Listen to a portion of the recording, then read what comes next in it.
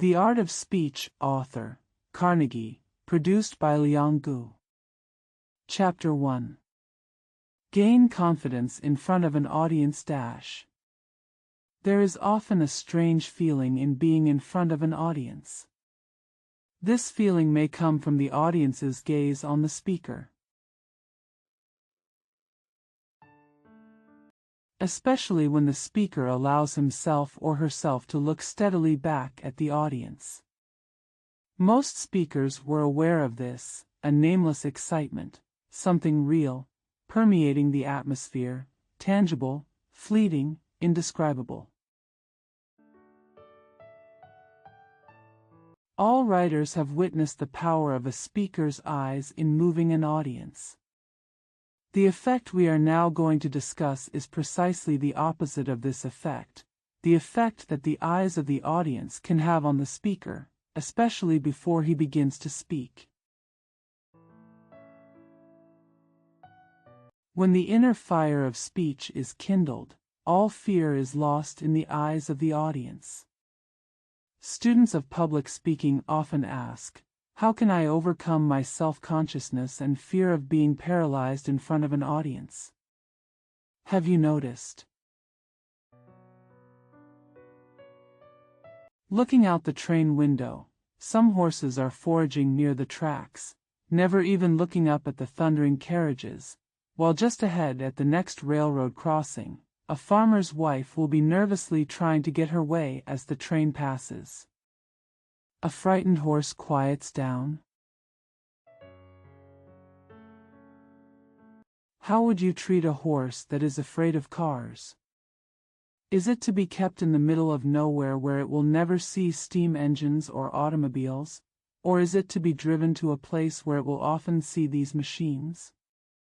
Use your horse's awareness to get rid of self-consciousness and fear. Face as many audiences as you can and you'll soon lose your timidity. You can never get rid of stage fright by reading papers. A book might give you good advice on how to behave better in the water, but sooner or later you're going to get wet. They may even be strangled and scared half to death. There are many people on the beach who don't wet their swimsuits, but no one can learn to swim like this. Jumping into the water was the only way. Practice, practice, practice speaking in front of an audience will eliminate your fear of the audience. Just like practicing swimming will make people confident and comfortable in the water. You have to learn to speak by speaking. The Apostle Paul tells us that each person must work toward his or her own salvation. Here, all we can do is provide you with advice. Tells you how to best prepare for your jump. No one can really prepare you. A doctor can prescribe it, but you must take it. Don't be discouraged if stage fright strikes you at first. Dan Patch suffers more than an old tractor horse. A fool cannot be hurt by appearing before an audience, because his faculty is not the faculty of feeling. What would be a fatal blow to a civilized man would soon heal to a savage. The higher our standard of living, the greater our ability to endure pain. For one reason or another, some great public speakers never fully conquer stage fright, but going to great lengths to conquer it will pay off. Daniel Webster.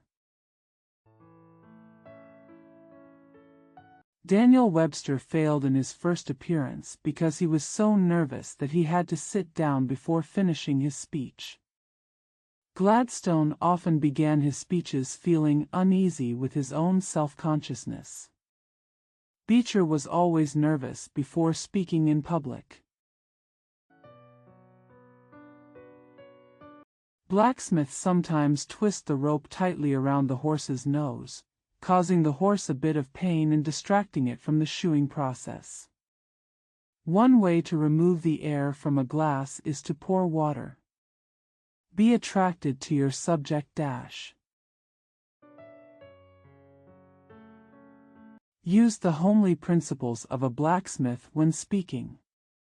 If you feel deeply about your subject, you won't think about anything else. The process of concentration is the process of distraction. When you're standing on the podium, it's too late to think about the cut of your coat. So keep your interest focused on what you have to say, fill your mind with your presentation material, and like water in a glass, it will drive away your unrealistic fears. Self-awareness is an excessive awareness of oneself. When it comes to delivering a message, ego is secondary, not only in the eyes of your audience but, if you're wise, in your own eyes as well. To hold any other view is to treat oneself as an exhibit rather than a messenger worthy of delivering a message. Do you remember Elbert Hubbard's pamphlet, To Garcia? The young man subordinated himself to the message he was delivering. You must do the same, make up your mind and give it your all. When something greater, truth, is placed before you. Filling your mind with your own thoughts is pure egoism. Say this sternly to yourself, shame your ego into silence. If the theater is on fire, you can rush to the stage and shout to the audience without fear. Because the importance of what you say will drive all fearful thoughts out of your mind. Even worse than the self-consciousness that comes from fear of not doing well is the self-consciousness that comes from imagining doing well. The first sign of greatness is a person who doesn't try to look and act great. Kipling assures us that before you can be called a human being, you must not look too good, nor speak too clever. Nothing promotes itself so thoroughly as ego. A person can be so full of self that he is empty. Voltaire said, "We must hide our self-love." But this cannot be done. You know this to be true because you detect excessive self-love in others. If you have it, others will see it in you, too. There is something more important than self in this world, and in the struggle for it, self will be forgotten, or, better yet, remembered, in order to help us win something more noble. I have something to say. The problem with many speakers is that their minds go blank in front of their audience. It's no wonder that people hate a vacuum by nature, and they will fill themselves with the nearest things at hand, and these things are usually, I don't know if I am doing this right. How does my hair look? I know I'm going to fail. The souls they predicted must be right. To gain confidence, you must have something to be confident about. If you don't do any preparation and don't know your subject beforehand, go into the interview to the audience. You should be self-aware, you should be ashamed of stealing your audience's time. Be prepared. Know what you have to say and, generally speaking, know how you have to say it. Think through the first few sentences so you don't worry about finding the words in the first place. Know your subject better than your audience does, and you have nothing to fear. After preparing for success, expect success dash. Let your actions be humble and confident, but most importantly be humble and confident in your heart. Being overconfident is bad, but tolerating the anticipation of failure is even worse. For a bold man may gain attention by his conduct, while a cowardly coward may invite disaster. Humility is not a personal discount we must make in front of others. This is the ancient explanation. Modern man has the healthiest response. True humility is felt by anyone who knows himself thoroughly, but it is not a docile humility like a bug, but a strong, energetic supplication.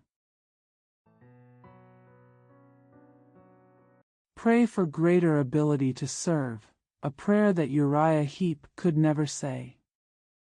Once, Washington Irving introduced Charles Dickens at a dinner party.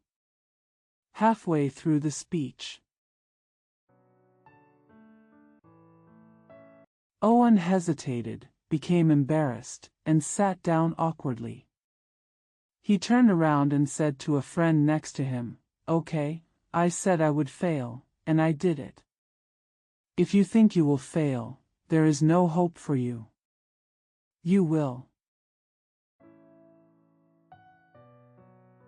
Get rid of the "I'm a wretch" thought. You are God and have infinite power. Everything is ready, all we need is the east wind. The eagle faced the cloudless sun. Master your audience. In public speaking, it's like being in an electric field. There are two forces, positive and negative. Either you or your audience will have something positive to offer. If you think of it as a positive, you can almost turn it into a positive for you. If you assume the negative, you are bound to become the negative. Assume a virtue or a vice and it becomes animated. Engage all your self-directed abilities and remember that while your audience is much more important than you, the truth is more important than you all because it is eternal. If your thoughts on leadership have wavered, the sword in your hand will fall. Your delusions of being able to mentor, lead or inspire a large group of people, or even a small group of people, may come as a surprise to you as a form of colossal audacity, and it probably is. But once you try to speak, have the courage to do so. Have courage, you can become whoever you want to be. Allow yourself to become calm and confident. Reflecting on your audience won't hurt you. What if Beecher's speech in Liverpool had been given behind barbed wire? He would ask his audience to hurl their loaded overcooked missiles, but he was a man and fearlessly faced a hostile audience and won them over. When facing your audience, pause for a moment. Watch them carefully. They want you to have a 100% chance of success, because who would be stupid enough to spend his time, or even money, expecting you to waste his investment by nagging you? Conclusion. Don't start in a hurry. Rushing shows a lack of control. Don't apologize. There is no need to apologize, and even an apology would not help. Go straight ahead. Take a deep breath, relax, and start the conversation in a calm tone, as if you were talking to an older friend. You'll find that it's not as bad as you thought. In fact, it's like taking a cold water jump. You jump in, and the water is fine. In fact, after a few lectures, you'll even be excited to jump into the water. Get in front of your audience and let them think with you. It's one of the greatest pleasures you can have. You should not be afraid, but anxious like a foxhound nervously tugging at the leash or a racehorse nervously tugging at the reins. Therefore, cast out fear, for fear is cowardly when it is not harnessed. The bravest people know fear, but they don't give in to it. Stand up to your audience if your knees are shaking, tell them to stop. In your audience lies victory for you and the cause you represent. Go win. Suppose Charles Martel did not dare to repulse the Saracens at Tours. Suppose Columbus did not dare venture into the unknown West. Suppose our forefathers were too timid to oppose the tyranny of George III. Suppose any man who ever did anything worthwhile, everyone who does this is a coward. The progress of the world is due to people who dare to take risks. You must dare to say the effective words you want to say in your heart. Often speaking just one sentence requires courage. But remember, people don't erect monuments to those who are afraid to do what they can. Nor will we weave laurel wreaths for them. Do you think this is a lack of compassion? Dude, what you need is not sympathy, but encouragement. No one doubts that temperament, nerves, illness, or even laudable modesty. All may, individually or together, make a speaker blush in front of an audience, but no one doubts that coddling amplifies this weakness. Victory lies in fearlessness. Professor Walter Dill Scott said, "Career success or failure is caused more by mentality than mental ability. Abandon the fearful mentality and establish a confident mentality. Remember, the only way to gain confidence is to earn it." In this foundational chapter we try to set the tone for much of what follows. Many of these points will be enlarged and strengthened in a more concrete manner, but in all these chapters on an art which Mr. Gladstone regards as more powerful than the public press, the self-confidence that is taken for granted must ring out again and again. Questions and exercises. 1. What causes self-awareness? 2. Why are animals immune to it? 3. What do you think of children's self-awareness? 4. Under the pressure of abnormal excitement, why can you get rid of it? 5. What effect does moderate excitement have on you? 6. What are the two basic requirements for gaining confidence? Which one is more important? 7. What impact does the speaker's confidence have on the audience? 8. Write a 2-minute speech on confidence and fear. 9. What impact do thinking habits have on self-confidence? Please read the chapter, Correct Thinking and Personality. 10. Please briefly write about your experience related to the teachings in this chapter. 11. Give a 3-minute speech on stage fright, including, good-naturedly, imitating 2 or more victims. Chapter 2. The Sin of Monotony. One day, ennui was born from uniformity. Our English has changed over time and many words now mean more than their original meanings. That's what the word monotony is. Its meanings range from only one tone to lack of variety. A monotone speaker not only talks at the same volume and pitch, but always uses the same emphasis, the same speed, and the same ideas. Or give up thinking altogether. Monotone, the cardinal and most common sin of public speakers, is not a fault but a sin of omission, since it contains the confession from the prayer book, "We do not do what we ought to do." Emerson said. The virtue of art lies in detachment, in separating one object from an embarrassing variety of objects. This is exactly what the monotonous speaker does not do.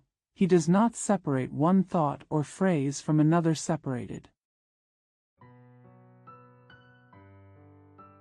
They are all expressed in the same way.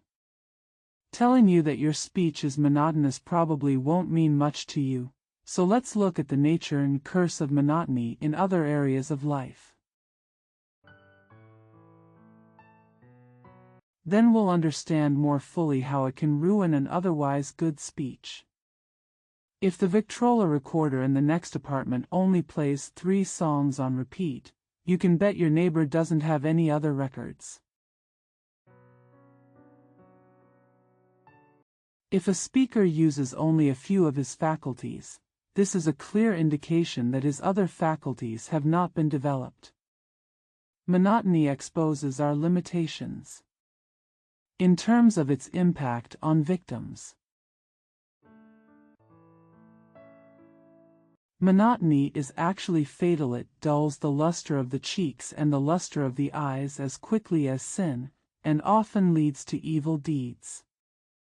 The worst punishment that human intelligence can invent is extreme monotony, solitary confinement. Put a marble on the table and do nothing for 18 hours a day except move the marble from one point to another and back again. Therefore, this life-shortening thing is used in our prisons as the most cruel punishment. Is something that will destroy all the life and power of a speech.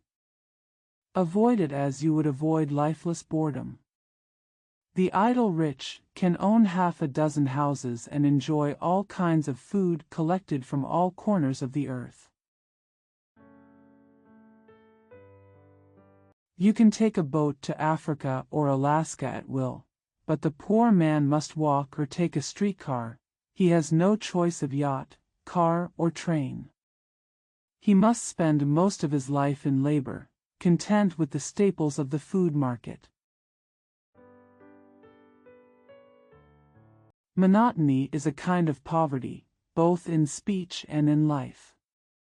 Just as a businessman strives to increase his wealth, he strives to make his words more colorful. Birdsong, forest canyons, and mountains are not monotonous.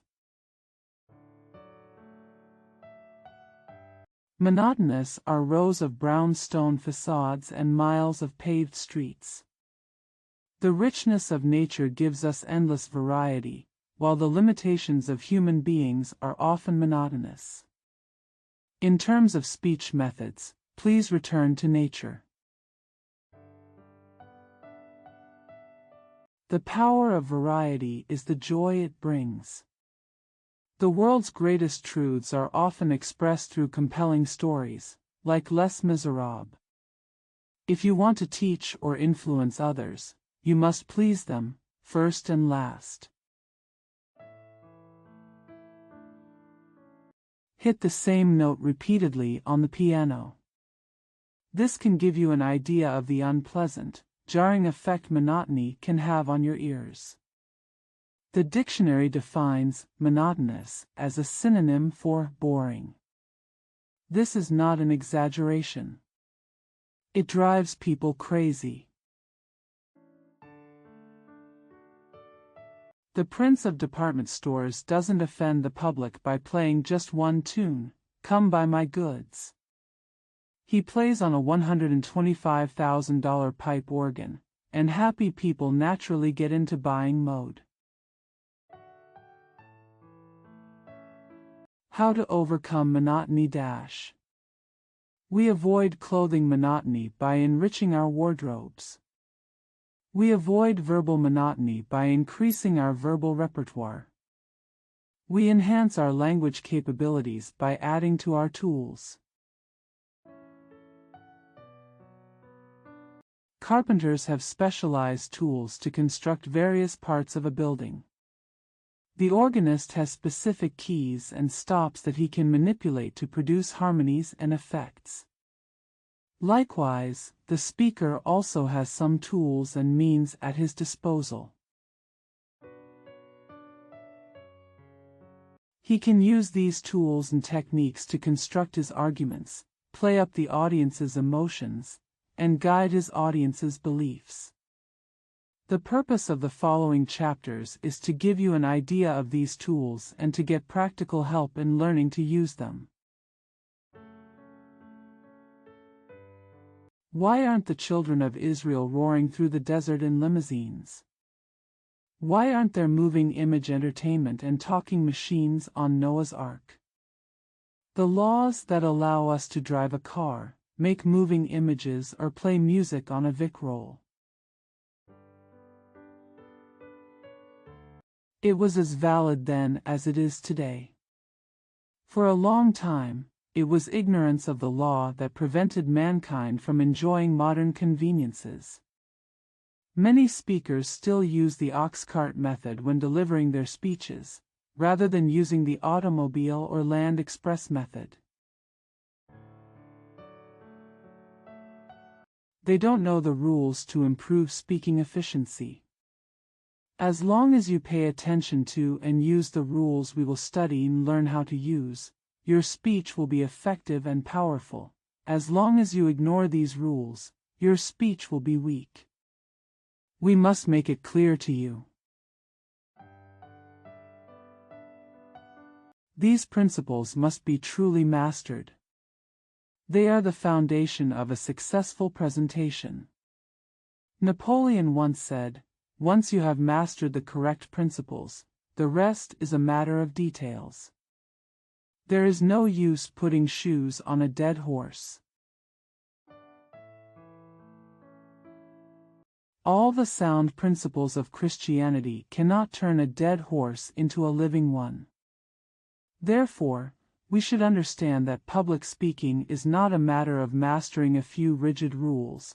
The most important rule of public speaking is that it must be true, powerful, emotional, and vital. Forget everything else. But don't forget this. When you master the speaking skills introduced in the following chapters, you will no longer be troubled by monotony.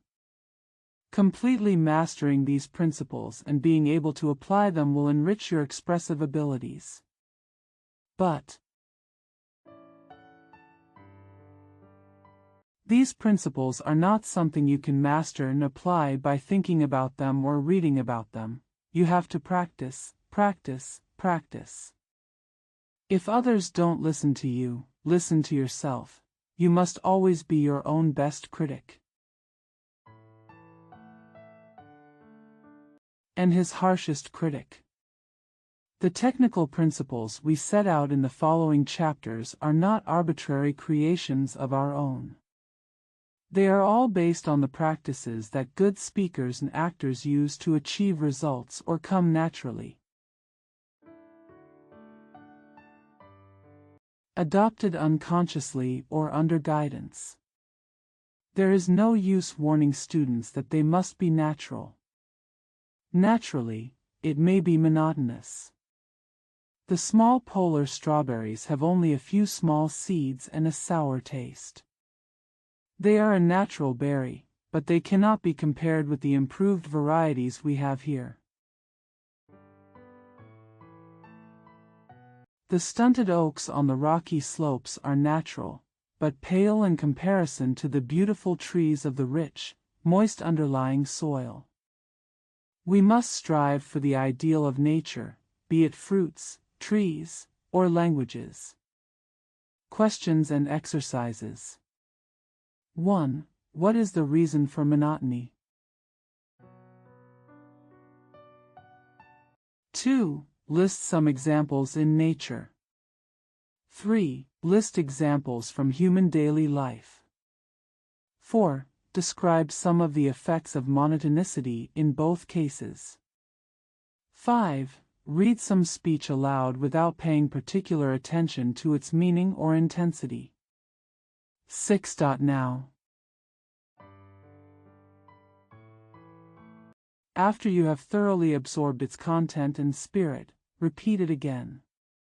What difference did you find in its rendition?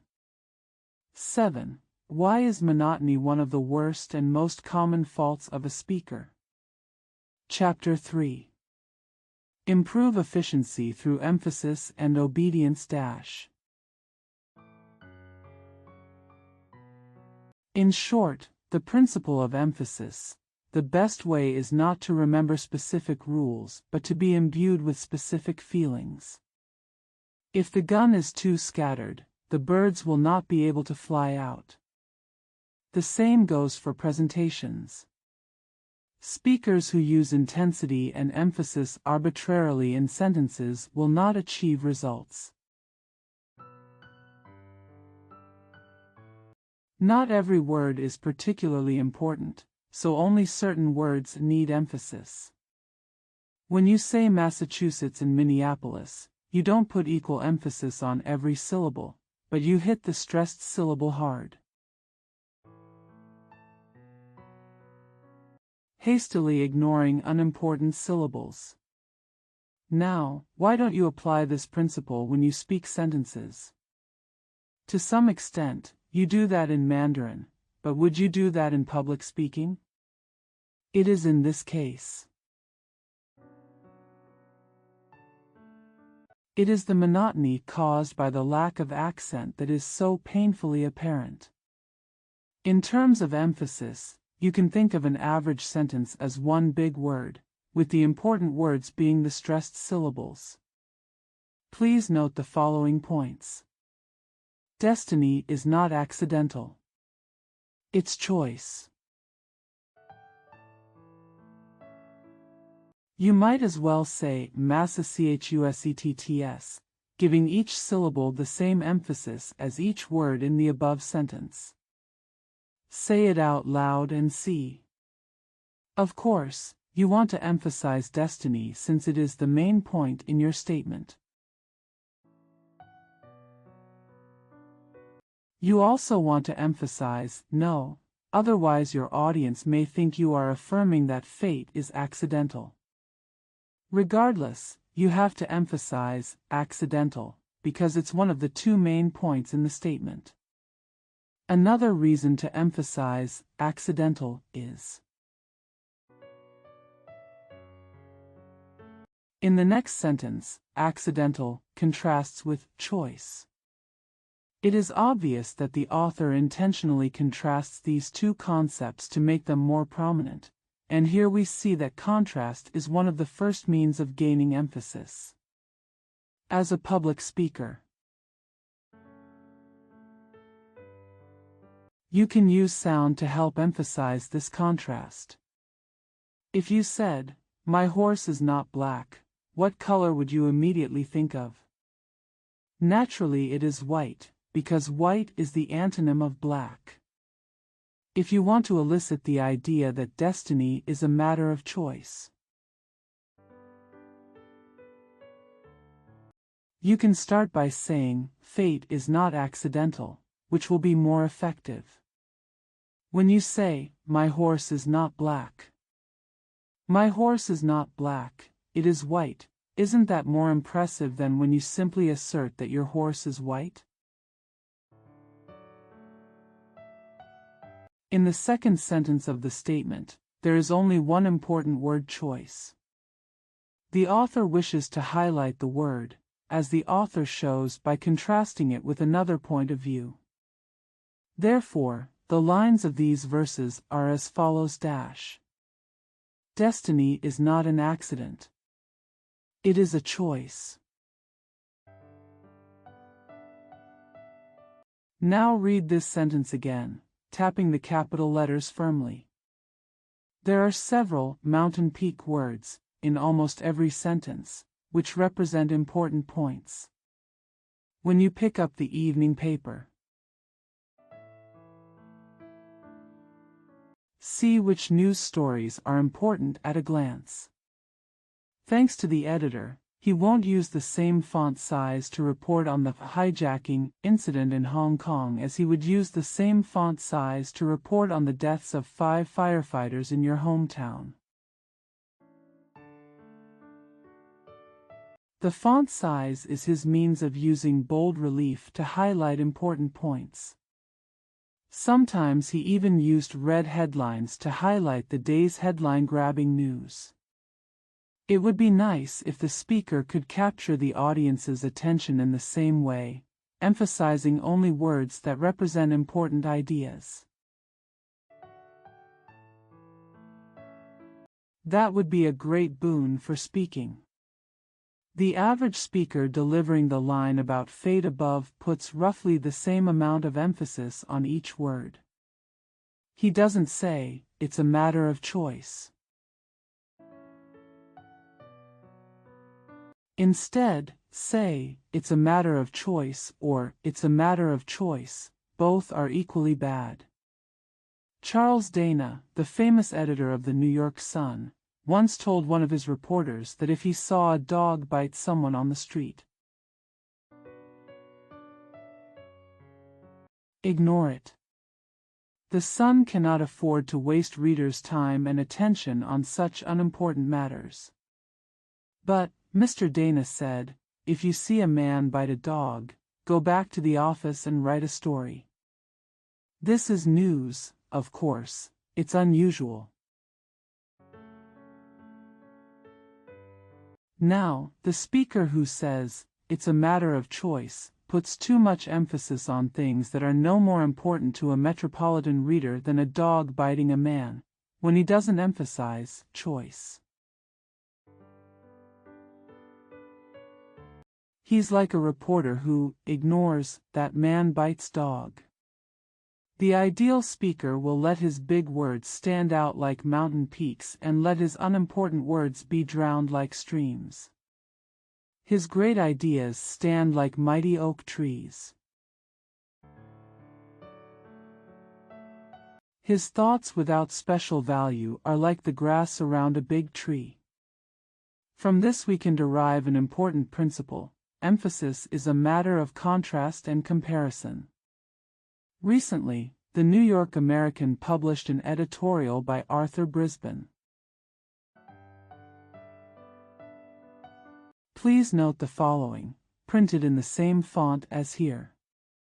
We don't know what the president was thinking when he received this message, or what the elephant was thinking when he saw the mouse, but we do know what the president did. The words thought and did immediately catch the reader's attention because they are different from the other words, not because they are larger. If all the other words in this sentence are 10 times larger than them, while did and thought remain at their current size, they will still stand out because they are different. The following is a passage from Robert Chambers' novel, The Work of Life. Among them, you, Zheng, will are all emphatic modal words because they have become different. He looked at her in surprise and anger. What do you mean this is not a coward? Just running away and marrying a defenseless girl. Minnesink Ford in New York. A Fifth Avenue bus would draw attention to itself, as would one of the ox teams that often pass there. For a word to be emphasized, it needs to be expressed in a different way than the surrounding words. If you keep talking loudly, then concentrate on whispering the emphasis word, and you'll get strong emphasis. If you speak quickly, speak slowly to emphasize the words. If you've been speaking in a low pitch, jump to a higher pitch when you say the emphasis word. If you've been speaking in a high tone, use a lower tone to emphasize your ideas. Read the chapters on tone, feeling, pauses, pitch changes, rhythm changes, etc. Each chapter explains in detail how to create emphasis through the use of a certain principle. In this chapter, however, we consider only one type of emphasis: force on important words and subordination on unimportant words. Don't forget, this is one of the main methods you must constantly use to achieve results. Let's not confuse loudness with emphasis. Yelling doesn't reflect sincerity, intelligence, or emotion. The intensity we want to use on emphasis words is not entirely physical. It is true that words of emphasis can be spoken louder or softer, but the quality that is really required is intensity, seriousness. It has to be from the inside out. Last night a spokesman said, "The curse of this country is not a lack of education but politics." He emphasized curse, lack, education, politics. Several other words were rushed by and therefore not taken seriously at all. The word politics was delivered fierily as he clapped his hands in indignation.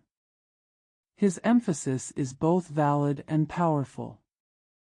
He focuses our attention on those meaningful words, not on this, a, the. On the words, it's. What would you think if a tour guide agreed to show a stranger around New York but spent his time visiting Chinese laundries and shoe shine shops on side streets? The speaker has only one excuse for asking the audience's attention. He must provide truth or entertainment to his audience. If he distracts his audience with trivial matters, they will lose their energy and desire when he gets to the important topics of Wall Street and skyscrapers. In daily conversation, you don't dwell on these trivial words because you are not a boring person. The right way to use your daily speaking skills from the podium. As we've noted elsewhere, public speaking is a lot like amplified conversation. Sometimes, to highlight the key points. It is recommended to place the stress on each syllable of the word, as in the following sentence, dash. I firmly reject your request. In emphatic sentences, this principle should be applied from time to time by giving stress to each word. This is a great way to draw special attention. And it can bring about pleasant changes. Patrick Henry's famous climax can be expressed very effectively this way: give me liberty, or give me death.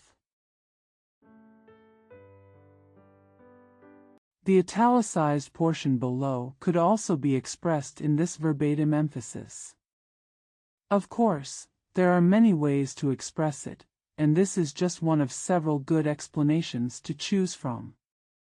We know the price we have to pay, the sacrifices we have to make. The burdens we have to bear, the attacks we have to endure. We know exactly what the cost is, but we join the army, we go to war. For we know that our cause is just, and we know that it will prevail.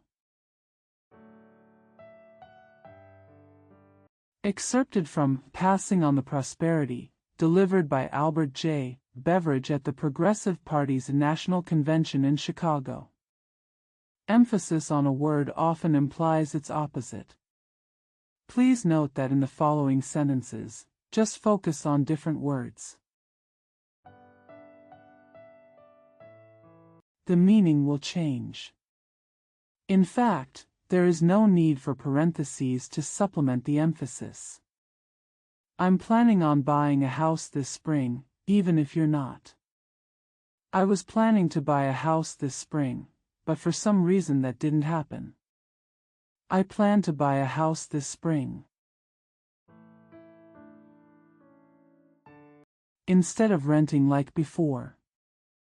I plan to buy a house, not a car, this spring. I plan to buy a house this spring, not next spring. I plan to buy a house this spring, instead of fall. When newspapers report on a great battle, they do not emphasize the same facts over and over again. They try to gain new information, or new perspectives. News that occupies an important position in the morning newspaper will be compressed into a very small space in the evening newspaper. We are interested in new ideas and new facts. This principle has a very important impact on setting priorities. Senator Thurston, in his speech on page 50, wishes to place the greatest emphasis on force. Notice how force is emphasized repeatedly. However, generally speaking, whether it was newspaper coverage of the battle or a speaker's exposition of his or her views, new ideas, new tendencies were emphasized. In the following selection, bigger is an emphasized word because it is a new concept. All people have eyes. But the man asked for a bigger eye. The man with bigger eyes said he would discover not rivers or airplane safety devices, but new stars and suns.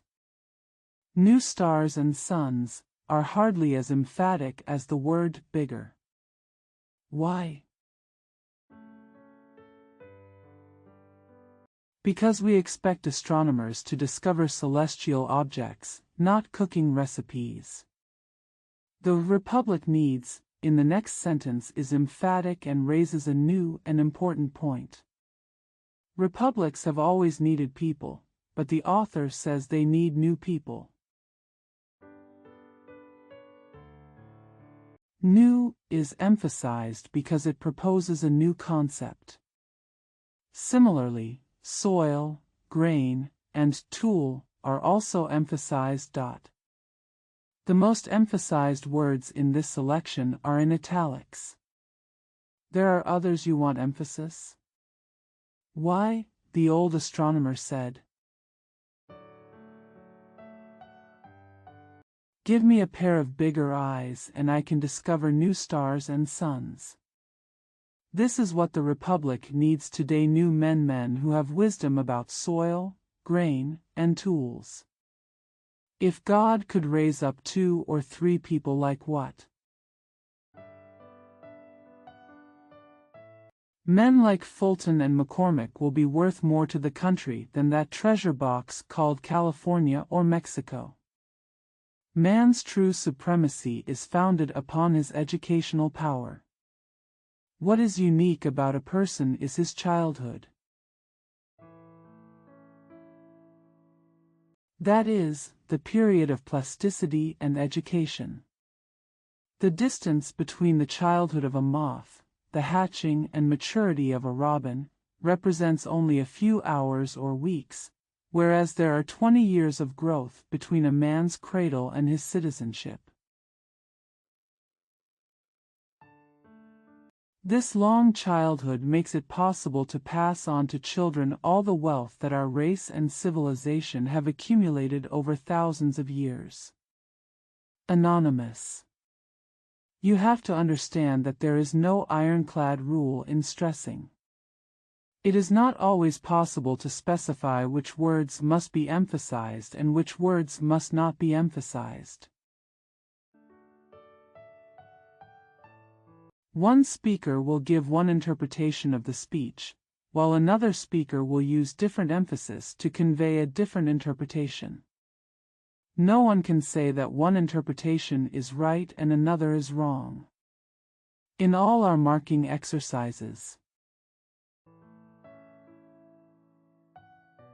This principle must be kept in mind. Here you must be guided by your own wisdom. It will serve you well. Questions and exercises. 1. What is the point?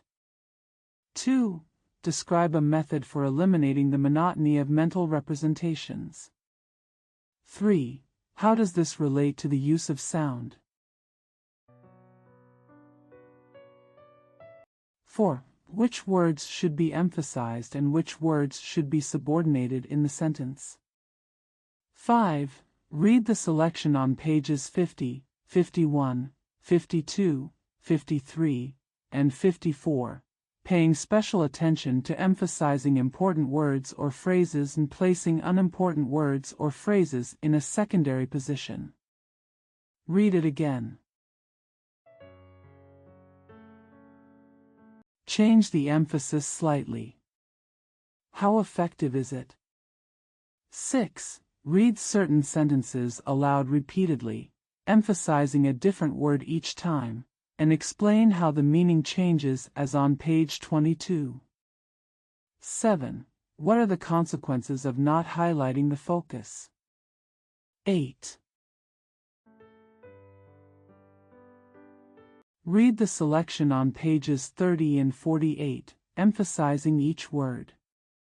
How effective is the emphasis? 9. When can each word in a sentence be emphasized? 10. Pay attention to the emphasis and subordination in some conversations or speeches you hear. Are they doing well? Why? Can you suggest improvements? 11. Cut out an article from a newspaper or magazine about a speech or biographical eulogy. Highlight key passages and bring them to class. 12. In the following paragraph, in order to highlight the key points. Would you revise the author's annotation? Where? Why? Keep in mind that not all marked words require the same degree of emphasis. There are many types and layers of emphasis, which is the beauty of emphatic tone. I want to call him Napoleon. But Napoleon built his empire on broken oaths and blood feuds. He never goes back on his word. No revenge is his motto and the rule of his life. The last words he said to his son in France were, "My child. One day you will return to Saint-Domingue, my son, you will return to Saint-Domingue one day. Forget that France murdered your father." I wanted to call him Cromwell, but Renwell was but a soldier, and the country he founded went to the grave with him. I want to call him Washington, but this great Virginian owned slaves. This man risked the demise of his empire by not allowing the slave trade to take place in the humblest villages of his realm. Tonight, you think I'm a fanatic. Because you read history not with your eyes, but with your prejudices. But 50 years from now, when truth has been heard, the muses of history will elect Phaeocian as a Greek, Brutus as a Roman, and Hampden as an Englishman. Promoting Lafayette as the Frenchman, Washington as the glorious and perfect flower of our early civilization, and John Brown as the ripe fruit of our noonday, then she dipped the nib of her pen in the sunshine, in the clear blue, above them write this warrior. Name of statesman and martyr, Toussaint Louverture. Wendell Phillips, Toussaint Louverture. Focus on practicing the following excerpts. Beecher's Abraham Lincoln, page 76. Lincoln's Gettysburg Address, page 50. Seward's Irrepressible Conflict, page 67. And Bryan's The Prince of Peace, page 448. Chapter 4. Increase efficiency by changing pitch dash. Speech is just an improved form of singing.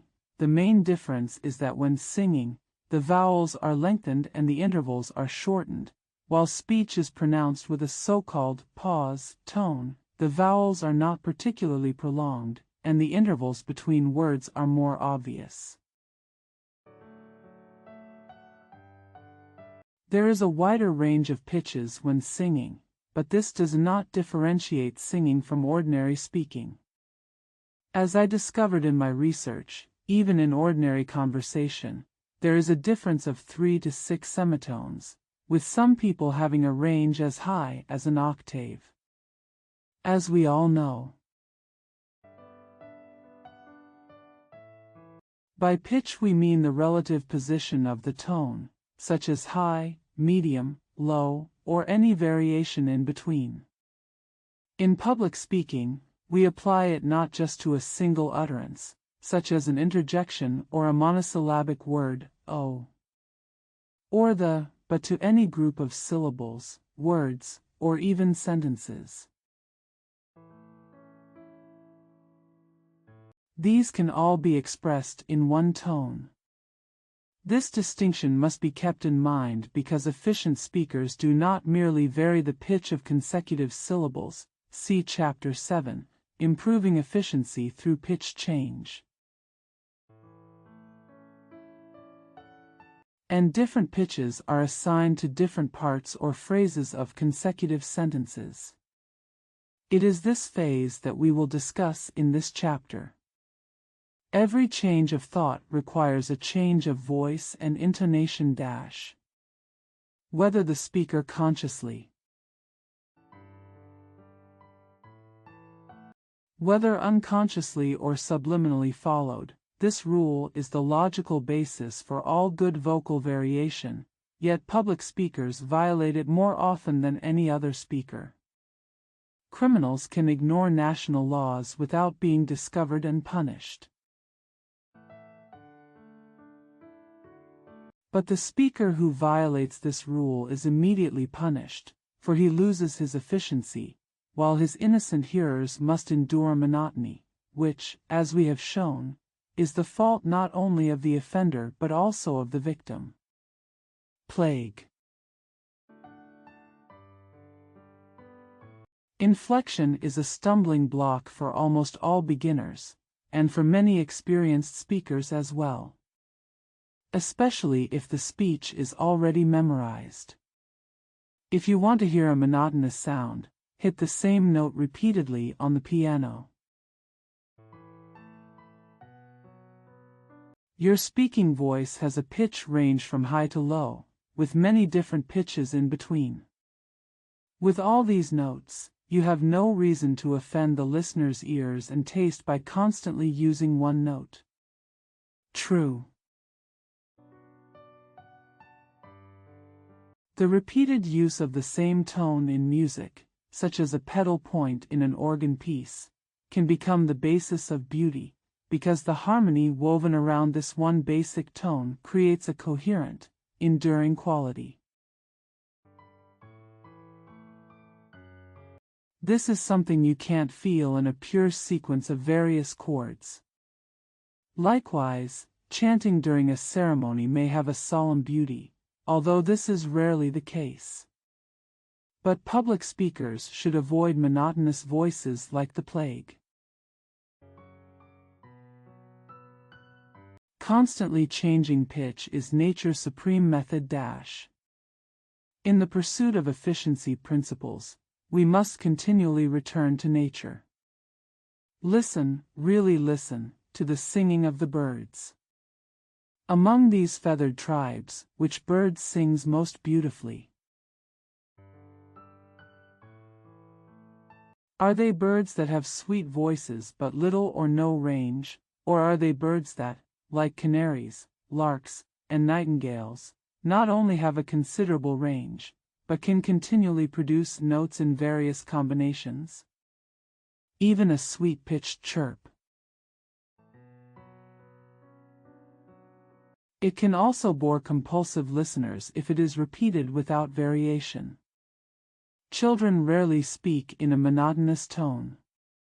Observe the conversations you hear among friends on the street or at home, and notice the constant changes in pitch. The unconscious speech of most adults is also full of musical variations.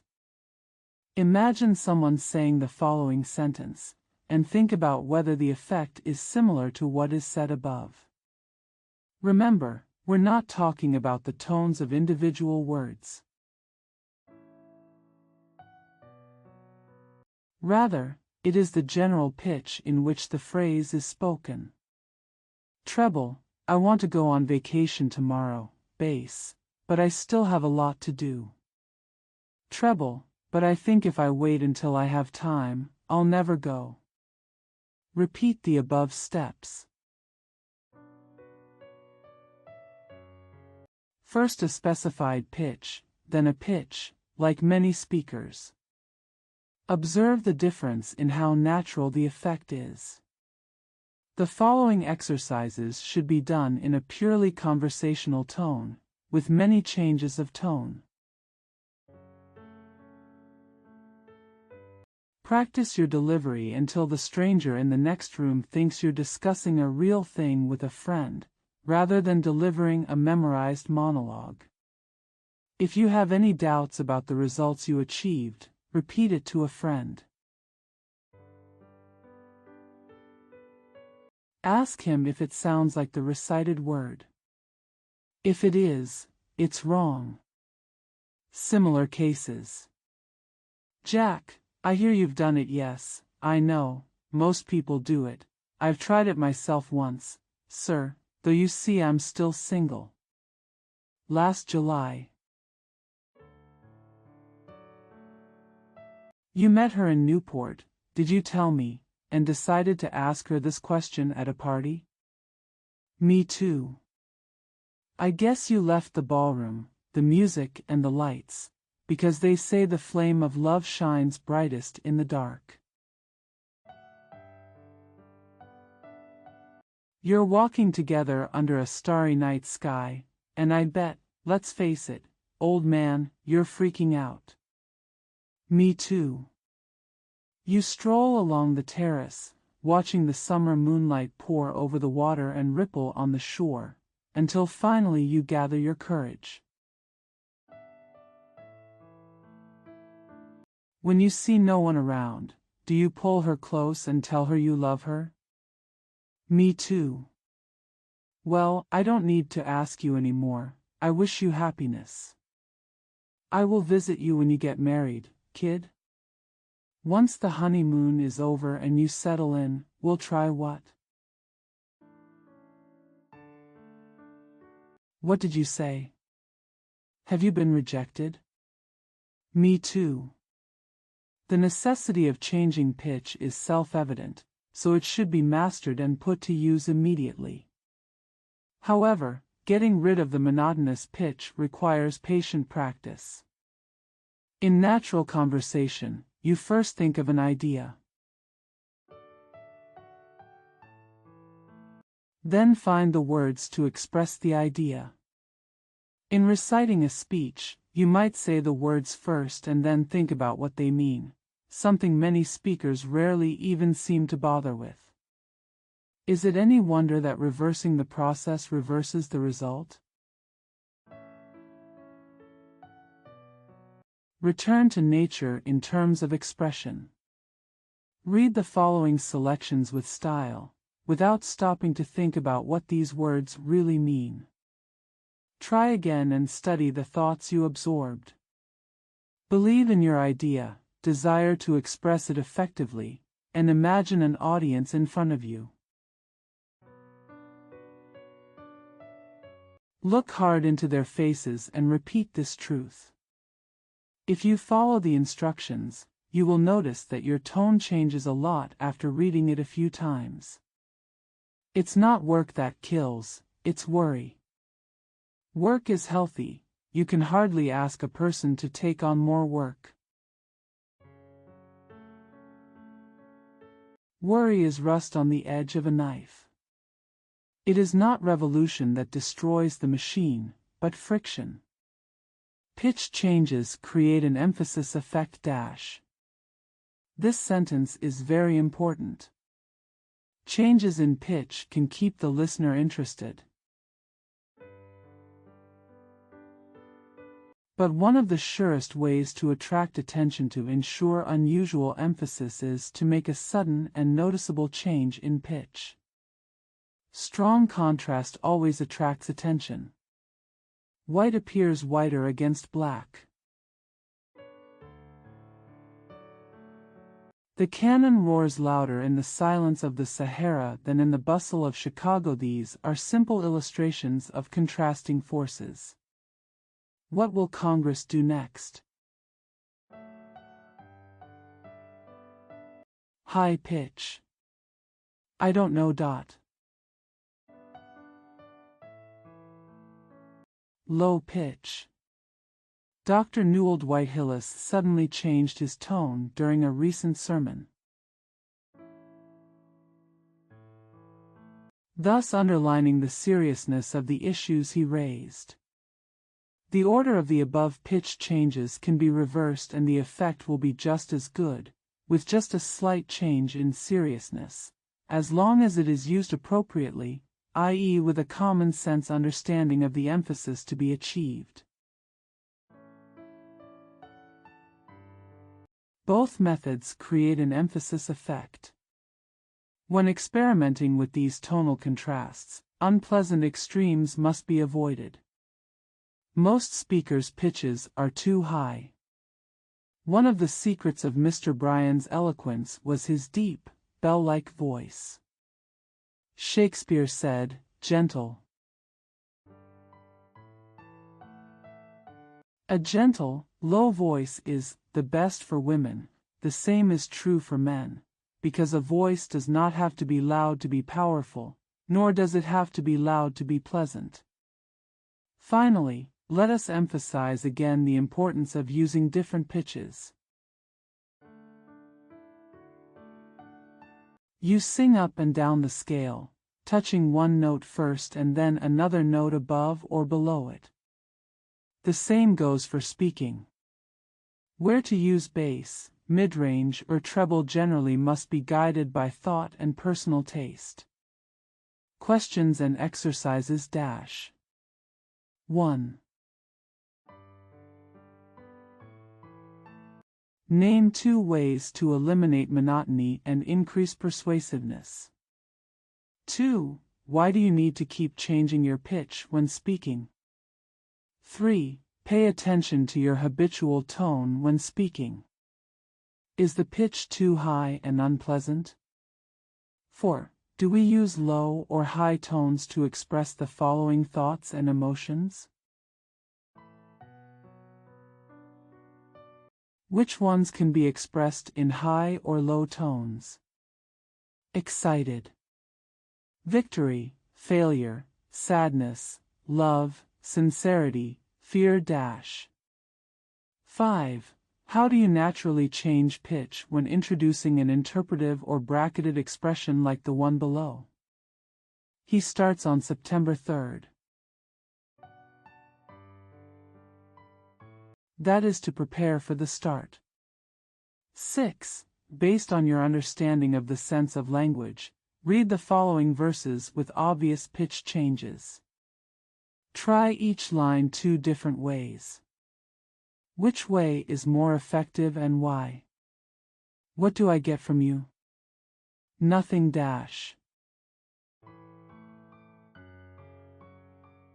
It would be a shame for our country to enter into such a compact. Note, in the above sentence, experiment with where it would be better to change the pitch. This place was once overflowing with flowers, but now it is devastated by war. He failed to take into account one primary factor, his conscience. 7. Draw a diagram of a conversation you heard and mark where the high and low notes are used. Are these tonal changes desirable? Why? 8. Read the excerpts on pages 34, 35, 36, 37, and 38, paying attention to the changes in tone. Stressed, using bass instead of treble. Vice versa. Practical material selection. Note, in the following excerpts, passages that are best read in a medium pitch are printed in regular, Roman, font. Those passages that can be read in a higher pitch, don't make the mistake of raising your voice too high, are printed in italics. Passages with lower pitch are marked with capital letters. However, these arrangements are merely suggestive, and we cannot urge you to use your own judgment in interpreting the selection. Before doing so, however, it is a good idea to practice the passages as notated. Yes. Everyone is working. Critics of Rufus Choate and Daniel Webster say that all men work. But everyone who has read about labor knows that it refers to the movement of people who make a living with their hands. They are employed and receive wages. They gathered under factory roofs, were sent to farms, sent to ships, and gathered against walls. As generally understood, the working class refers to people employed by big capitalists who work with their hands many hours a day for wages, working for other people. Why should we fight for this class? Why, one critic asked, don't you act for all workers? Because when Daniel Webster was paid $40,000 to argue Mexican claims, there is no need for anyone to act for him. For when Rufus Choate could get $5,000 for presenting an argument to the jury, there was no need for him or for those who worked with their brains, those who did disciplined, skilled labor. The man who invented and wrote books moved. The labor movement limits itself to one class because its work is unpaid and unprotected. Intellectual workers are adequately paid and more protected. It can change channels. It can change based on supply and demand. If a man cannot become a minister, he becomes a railway conductor. If that doesn't suit him, he goes west and becomes governor of a region. If he finds that he is not qualified for any of these positions, he went home and became a city editor. His career is as he pleases and requires no protection. However, most people who are tied to an industry are destined to be crushed in the mill of supply and demand. They work so many hours a day and have to run on the main road of commerce. Their protection is inadequate, their share of the general product is unfair, and a campaign is called for them. Wendell Phillips. We know the price we have to pay, the sacrifices we have to make, the burden we have to bear. The blows we have to bear, we are fully aware of the costs, but we join the army, we join the war for the war. For we know that our cause is just, and we know that it will prevail. We now advance towards the enemies of the people. Not reluctantly, but eagerly, not guilty, but strong. For the call that is made to us is the call that was made to our ancestors. How they respond is how we should respond. He blows the trumpet that never flinches. He draws out the hearts at the judgment seat. Oh! Our soul shall respond to him, and our feet shall rejoice, for our God is marching on. Albert Beveridge.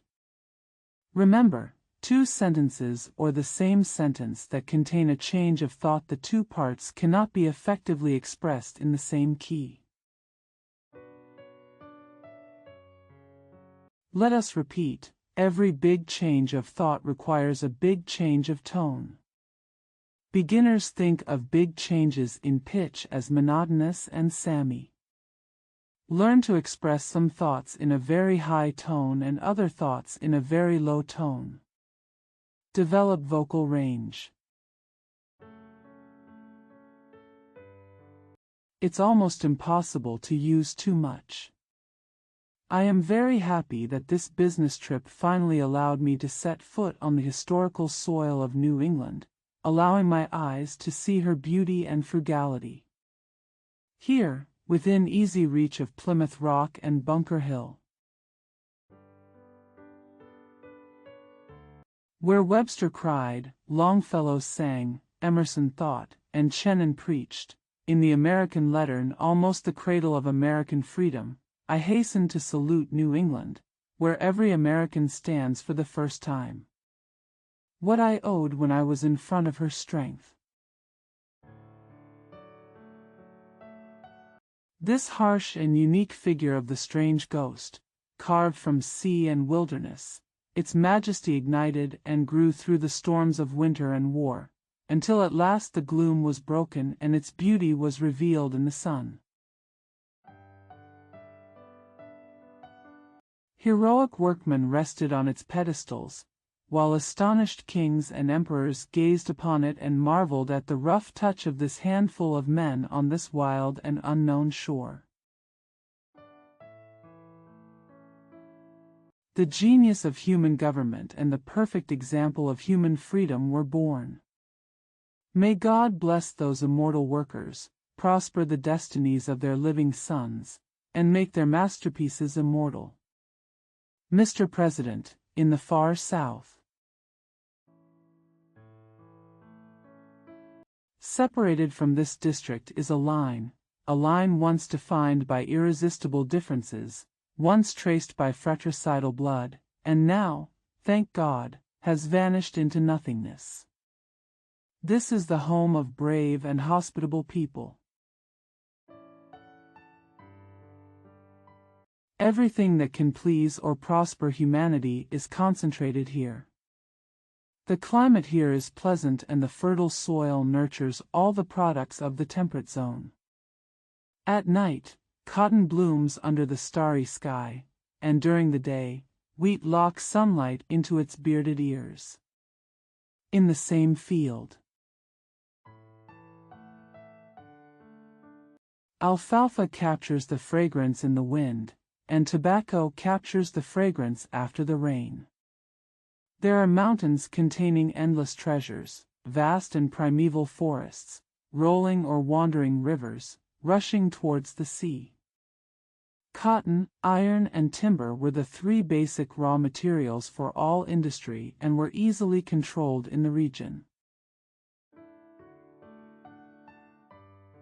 In cotton it had a settled monopoly. In iron it had a recognized advantage, in timber it had the Republic's reserve supply. With this guaranteed permanent advantage, an amazing industrial system has developed. It is impossible for man-made conditions to prevail for a long time. It is not maintained by artificial factors such as tariffs or capital, far from the fullest and cheapest sources of supply, but by divine guarantees, connected with the fields.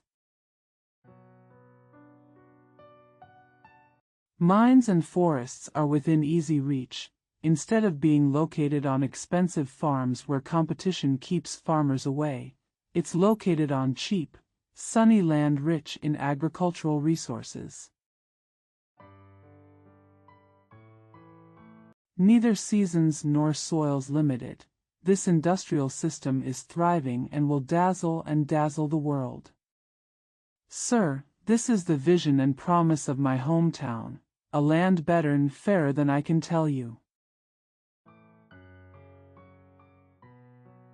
but its material superiority is suited to the loyal and moderate qualities of its citizens. At this moment, we do not need the kind of loyalty to one region that is accompanied by chronic suspicion and alienation from another. Grant us widespread and perfect loyalty. This loyalty loves and trusts Georgia and Massachusetts equally, making no distinction between South, North, East, and West, but loving every inch of our soil and every state in our union with equal patriotism. Gentlemen,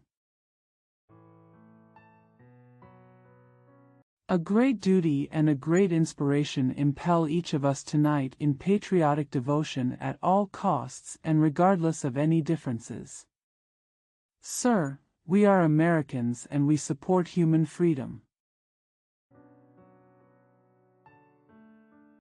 The inspiring power of the American idea reaches every throne in the world. France, Brazil, these are our victories. Save the earth from kingship and oppression, this is our mission. We will not fail. God has sown the seeds of his 1,000-year harvest in our land, and he will not put the sickle on the ripe crops until his full and perfect day comes. Our history, sir, has been one of ever-expanding wonder. It has been so since Plymouth Rock and Jamestown, yes, even from the moment when, out of the soundless and traceless seas, a new world appeared before the eyes of the inspired sailor. As we approach the 4th centenary of this great day, when the ancient world will marvel and learn from the treasures we have collected, let us resolve to honor the wonders of our past with the splendor of our Republic coronation.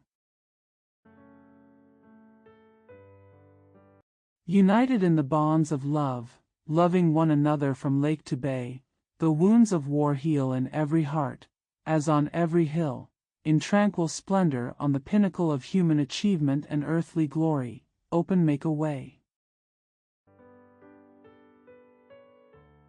That all the nations of the earth may be on this path within the time appointed by God. Henry W. Grady, The Race Question. I would have called him Napoleon, but Napoleon built his empire on broken oaths and on a sea of blood. He never goes back on his word. No revenge was his motto and the rule of his life. The last words he said to his son in France were, "My son, one day you will return to Saint-Domingue. Forget that France murdered you, father." I was going to call him Cromwell. But Cromwell was only a soldier, and the country he founded went to the grave with him. I want to call him Washington, but this great Virginian owned slaves. This man risked the demise of his empire. Nor would he allow the humblest villages in his domain to sell slaves. Tonight you think I am a fanatic because you read history not with your eyes, but with your prejudices. But 50 years later, when the truth is heard, the muses of history will choose Phæacian in Greece, Brutus in Rome, Hampden in England, and Lafayette in France as the brilliant, perfect flowers of our early civilization, and John Brown as our today's ripe fruits. Then, her pen dipped in the sun. On the clear blue sky, above them, were written the names of fighter, soldier of the nation, martyr, Toussaint Ouville. Wendell Phillips, Toussaint Overture.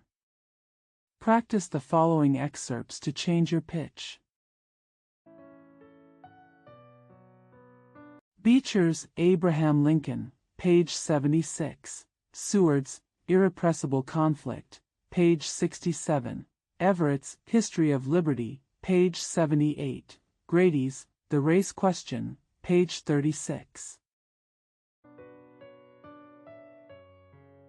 Beverage, Passing on the Prosperity, page 470. Chapter 5. Improve Efficiency with a Change of Pace dash. Hear how he clarifies the essentials of faith. Rattling, banging. Sometimes gentle and calm, sometimes angry and wild, dash. He is stamping his feet. He is jumping. Robert Burns, Holy Market.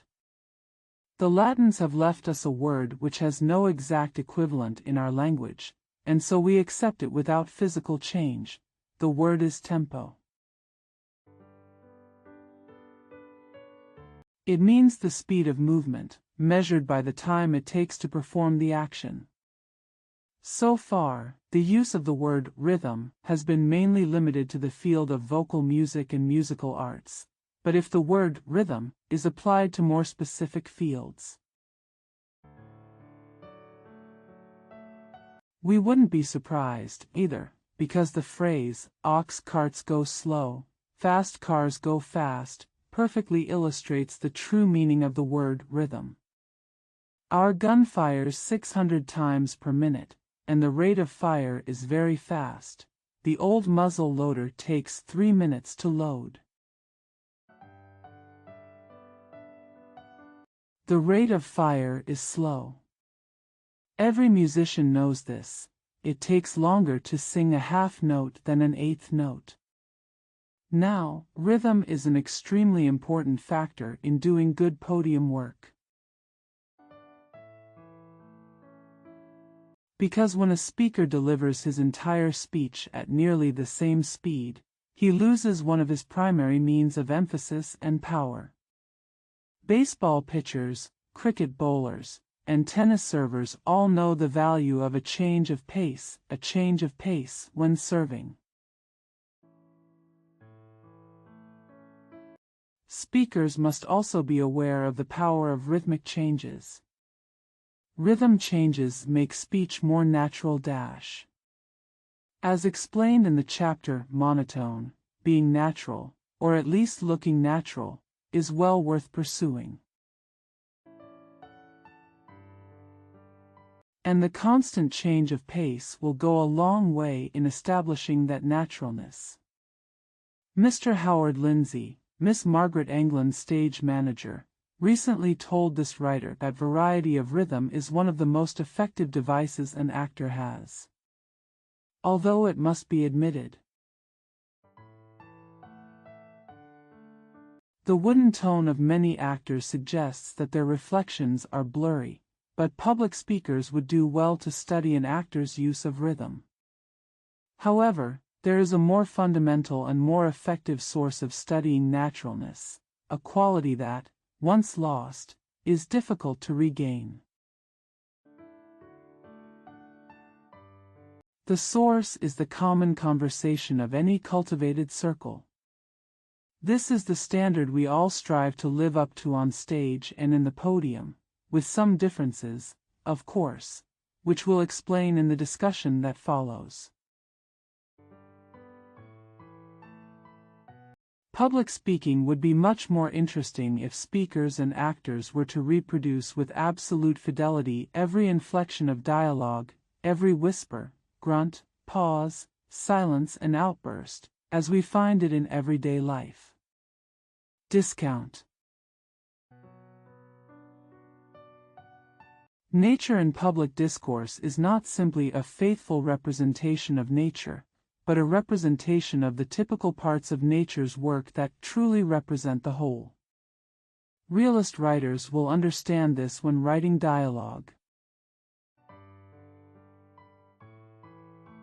And we must take this into account when pursuing nature through rhythmic changes. Suppose you say the first sentence below slowly and the second sentence quickly and observe how natural the effect is. Then say the two sentences at the same speed and notice the difference. I don't remember what I did with the knife. Oh, I remembered, I gave it to Mary. We can see that changes in rhythm often occur within the same sentence, because rhythm does not only apply to words, phrases, and sentence groups. Also applies to the main part of public speaking. Questions and exercises. 1. In the following sentence, the words long, long while should be spoken very slowly. The rest of the words should be spoken at a moderately fast pace. When you and I behind the veil have become the past. Oh, but the world will last for a long, long time. Who pays attention to our arrival and departure? Like the seven seas would listen to a pebble dropped. Note, in the following excerpts, passages that should be fast-paced are marked in italics. Passages that should be slow-paced are marked in lowercase. Practice these passages, then try others, going from fast to slow on different passages, and carefully note the effects.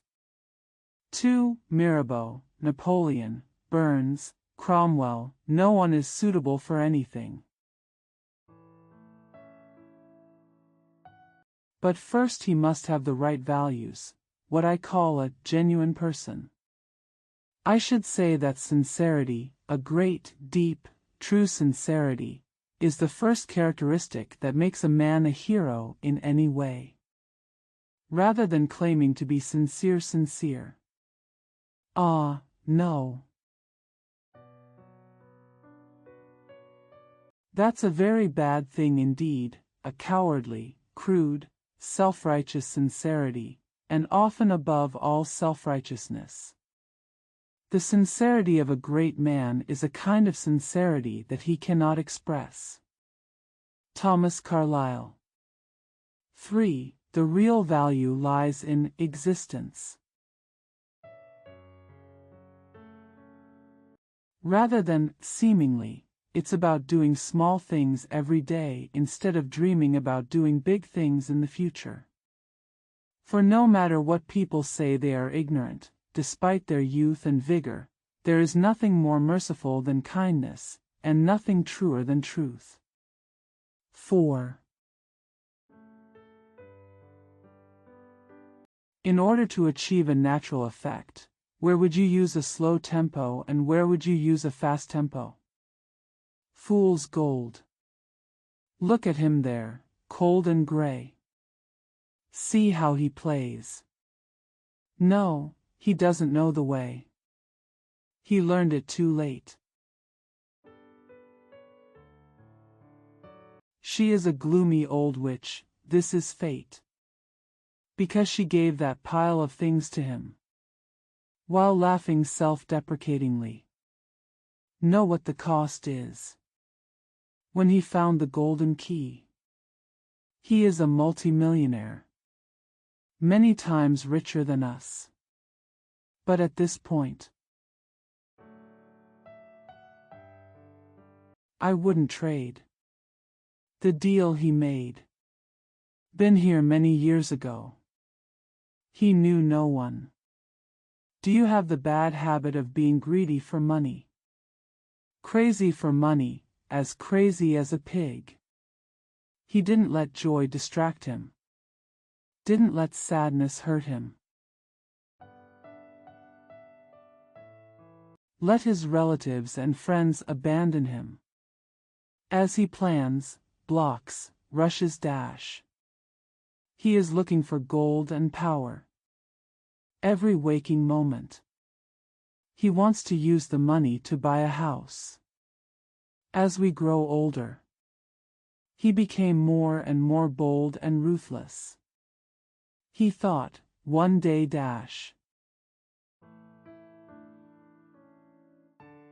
he would find time to play. However, he was wrong. Life is like a song. Spring. Young people are good at singing and dancing. But wings of joy. When we grow up. When it's colder, it's like a bird.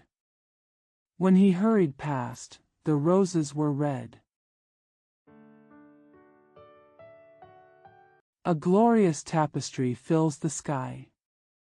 The clover is swaying in the thrall of bees. There's a bird over there, Yuanine said softly. But that man couldn't bear it. Flower picking time. Or rest on the grass dash. Or stare at the sky dash. This is very gratifying. Then he kept going dash. Through the mean and dirty years. Now his ears. Top stock picks dash. He has endless blocks. Houses and shops dash. The flow never stops. Poured into his bank. I think he ranks very close to the top. What I have won't. His ambition. But my little. I don't want to trade. The deal he made. Look at his performance today. Watch him try to play. He came back for the blue sky. But they have new clothes. Winter is coming, everything is gray, dash. The bird flew away. The grass is brown. The leaves are stranded. The gurgling stream. With whirling and whirling. In the waters, rolling up. Its embrace is ice. And he hasn't made an offer yet. With all his gold. Go buy what he sells.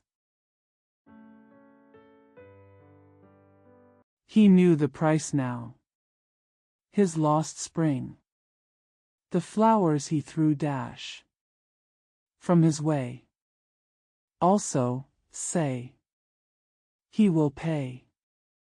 Any price of the day dash. It could be made less gray. He can't play. Herbert Kaufman. Used with permission from Everyone magazine. Change the pace to prevent monotony dash. The canary in the cage in front of the window keeps changing its rhythm, adding beauty and charm to its song. If King Solomon were an orator, he would undoubtedly draw wisdom from the songs of wild birds and bees. Imagine a song with only quarter notes. Imagine a car with only one speed. Practice. 1. Notice the change of pace below and how it brings about a pleasant change. Read aloud. Fast tempos are in italics, slow tempos are in lowercase. He thought that one day he would find time to play, but he was wrong. Life is a song. In spring, young people can sing and fly, but when we are old, joy will come like a bird in the cold. As he hurried past, the roses were red and the sky was filled with gorgeous tapestry. 2. Turn to Fool's Gold on page 42 and recite in an irregular rhythm. Notice how monotonous the recitation turns out to be. This poem requires a lot of rhythmic variation and is great for practice. 3. Use the rhythm variations shown below, noting how they prevent monotony. If no tempo changes are specified, a moderate tempo is used. If there are too many changes, it will return to monotony. Mob. Recently, a newspaper headline flashed the words, "Mob kills wrong man." The mob is an irresponsible, unthinking group. It always destroys, never builds. It criticizes but never creates. Tell a great truth. The mob will hate you. Look how it sent Dante far away. Fight the dangers of the unknown for the benefit of it, and mob will call you a lunatic. It mocked Columbus by putting him in prison and in chains because he discovered a new world. Write a poem that makes people happy and the mob will starve you. The blind man begs for bread in the street. Invent a labor-saving machine and the mob will view you as the enemy. Less than 100 years ago, an angry rabble smashed Timoneer's invention, the sewing machine. Build a steamship to transport goods and speed travel, and the mob will call you a fool. The mob lined the banks of the Houston River to mock the foolish attempts of Fulton's fool, as they called his little steamboat. Emerson said, "A mob is a group of people who voluntarily lose their reason and run rampant." The mob is people who willingly descend to their bestial nature. Its best time to be active is at night. Its actions are frantic, like its entire organization. It persecutes a principle, it kills a right. It tarred and feathered justice. Fire and brutality to the houses and persons of those who possessed righteousness. Today, mob spirit is rampant in our land. Every week new victims bleed from its vicious screams. In 1913, 48 people were murdered by mobs in the United States.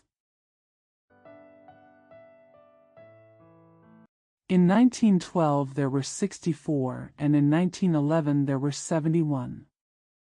Last year's 48 included a woman and a child. Both victims were posthumously proven innocent. 399 BC. A demagogue petitioned the mob for Socrates' death, and he was poisoned.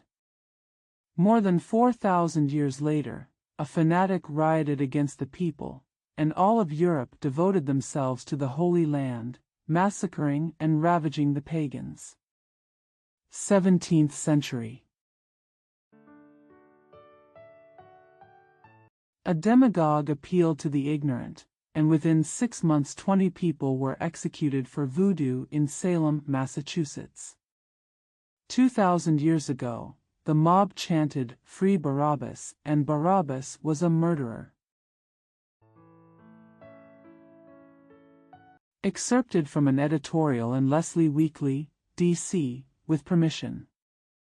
Today's business is different from the business of the old days, just as the ox carts of the old days are different from the locomotives of today. Inventions revitalize the entire world. Railway, telegraph. Telephones closely connect people in modern countries. In every modern country, huge business problems arise in order to do business with these closely connected millions of people. What we call large enterprises is the product of human economic development. Therefore, a war to destroy big business is foolish because it cannot succeed, and evil because it should not succeed.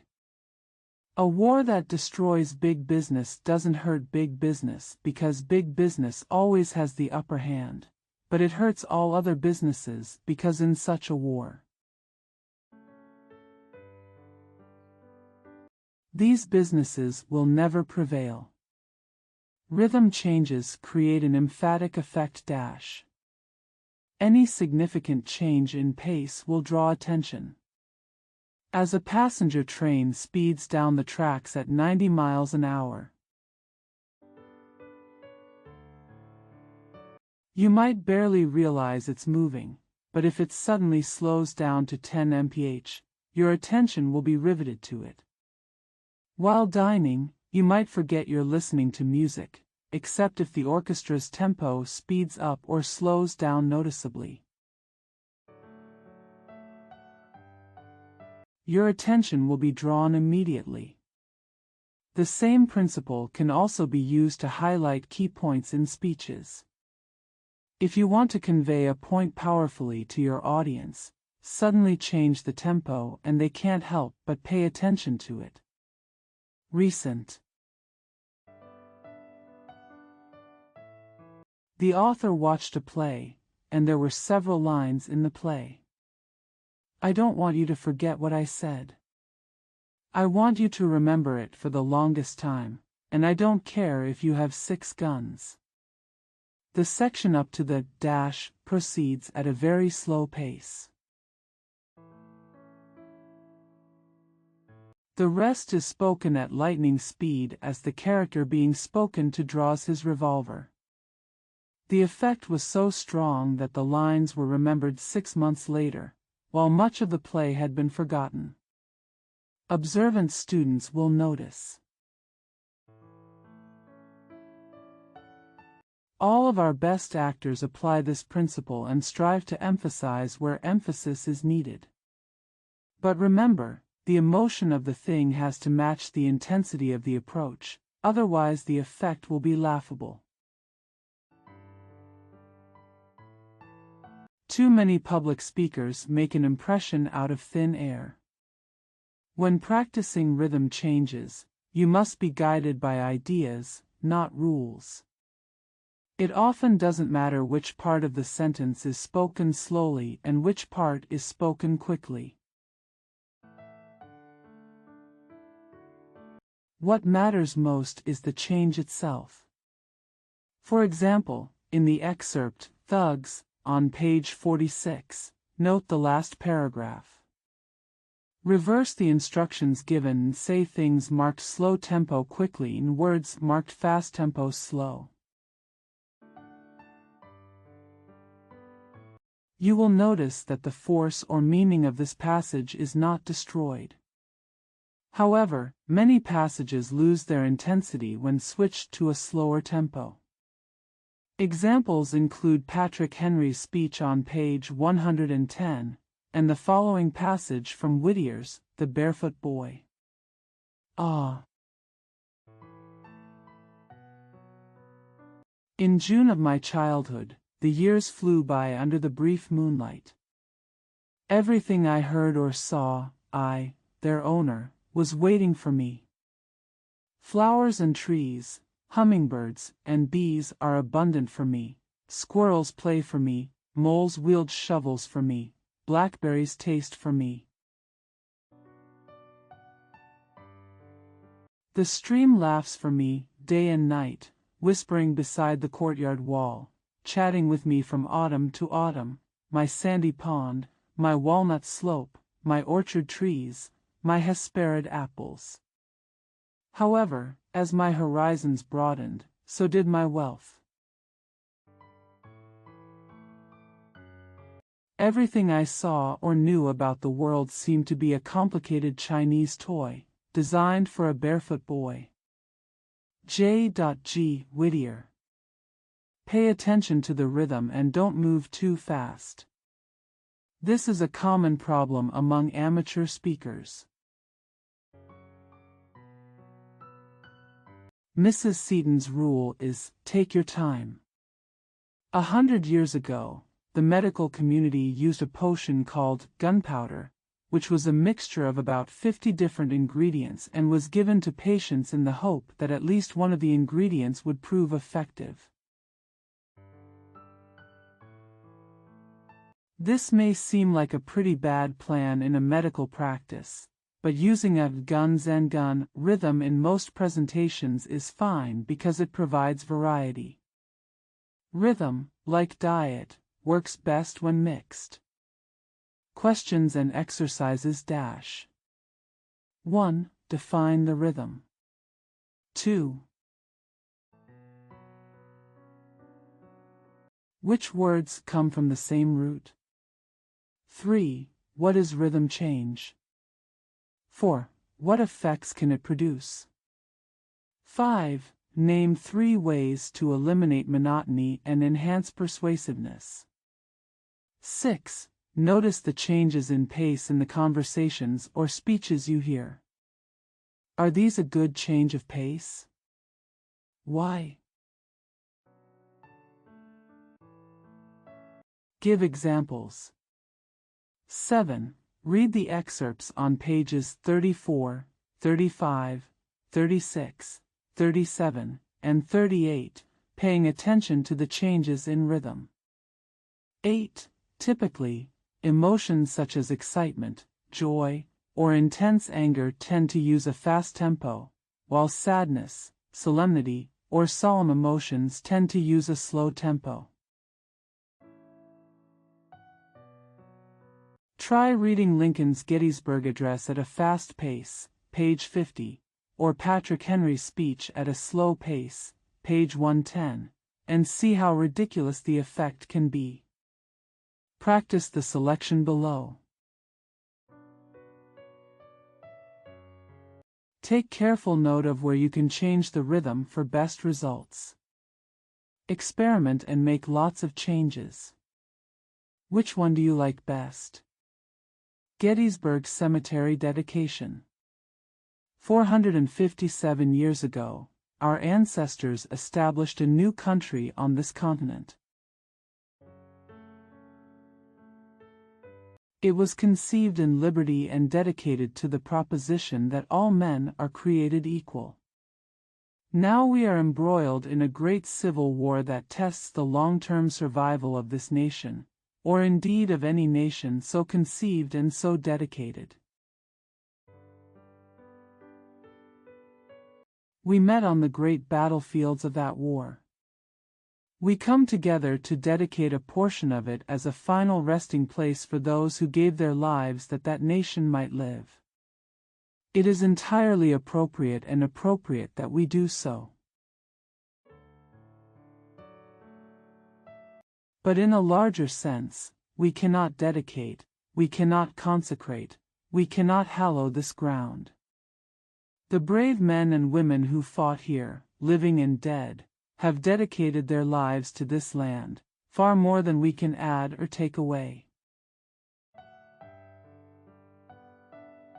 The world will little note what we say here, nor long remember what we say here, but the world can never forget what they did here. Rather, we the living are here to devote themselves to the unfinished work which they have hitherto so nobly accomplished. It is better that we devote ourselves here to the great task before us, from these glorious dead. We are ever more devoted to the cause for which they here gave their last and all their souls. We are here determined that these dead shall not have died in vain, that under God's blessing our country will usher in a new life of freedom, of the people and by the people. Government by the people will not disappear from the face of the earth. Lincoln. Appeal for Cuba. This deliberative speech was delivered by Senator Thurston in the United States Senate on March 24, 1898. The full text is recorded in the Congressional Record of that day. Mrs. Thurston died in Cuba. Before she died, she told her husband, who was investigating Cuban affairs, to do his best to prompt the United States to intervene, so she gave this speech. Mr. President, I am commanded by my silent lips to tell you everything I can about the situation in Cuba. I will strive to be honest, conservative, and fair. It is not my intention to fan the flames of the public into any action that is not necessary to fulfill American duty, Christian humanity, and the honor of our country. I would avoid this task if I could, but I dare not. I cannot satisfy my conscience except by speaking now. I went to Cuba convinced that conditions there had been greatly exaggerated by the press, and my own efforts began by trying to expose these alleged exaggerations. There is no doubt that there was a lot of sensationalism in the news coverage at the time. But there is no exaggeration about the situation in Cuba, because exaggeration is impossible. Under Weller's inhumane policies, no fewer than 400,000 self-reliant, simple, peace-loving, and unarmed country folk were driven from their homes in the agricultural areas of Spain's provinces into the cities and imprisoned in the barren ruins outside these urban settlements and in trenches a little further away. Their simple houses were burned down, their fields were laid waste, and their farm tools were destroyed. Livestock and food supplies were largely confiscated. Most of the people were elderly, women and children. They were thus hopelessly imprisoned, without shelter or food. There were no jobs for them in the cities they were driven into, except for the meager alms from city residents. They are helpless and slowly starving is their inevitable fate. The pictures in American newspapers of starving conciliators were real. They can be replicated in thousands. I've never seen it before, and God willing, I may never see it again. Such a sad sight for the reconciling people on the outskirts of Matanzas. I will never forget the hopeless pain in their desperate eyes until my death. They were huddled in their little bark houses when we walked among them. They didn't make any calls to us for alms. Men, women, and children stood in silence, hungry. Their only attraction comes from a pair of sad eyes, through which one looks like through an open window. I saw their painful souls. The Spanish government has not and will not allocate a single dollar to save these people. Now, American charities are caring for, and managing them. Think about this scene. We are feeding these Spanish citizens. We're caring for their sick, we're saving those who can be saved. But some people still say, we're doing the right thing by sending food, but we have to stay out of it.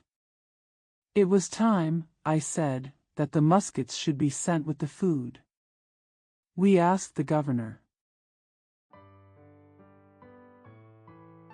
Does he know of any relief for these people other than through charities in America? He doesn't know. We asked him, when do you think these people will be able to support themselves? He answered us deeply. Only a good God or a great United States government can answer that question. I hope and believe that a good God and a great United States government will answer that question. I will never mention these terrible things again. They are here there. God have mercy on me.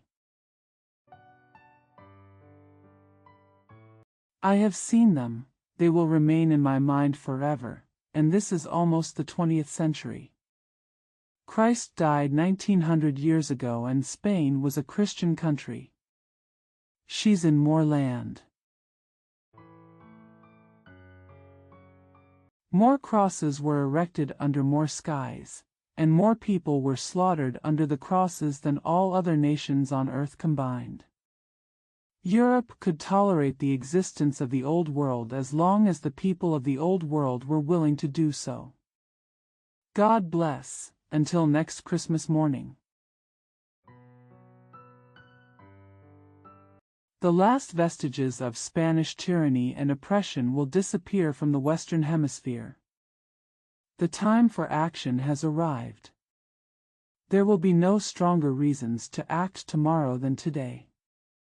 With every hour of delay, a new page was added to the horrific story of suffering and death. Only one country can intervene. That is the United States of America. We are the only great nation in the world and the mother of all American republics. She has a trust and responsibility for the people and affairs of the entire Western Hemisphere. It was her shining example that inspired Cuban patriots to raise the flag of freedom on her eternal hills. We cannot refuse to accept the responsibility given to us by the God of the universe as the only great power in the new world.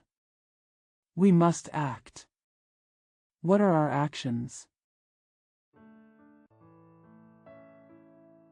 There is only one voice that opposes U.S. intervention in this sacred cause, and that is the voice of the banks. They are afraid of war.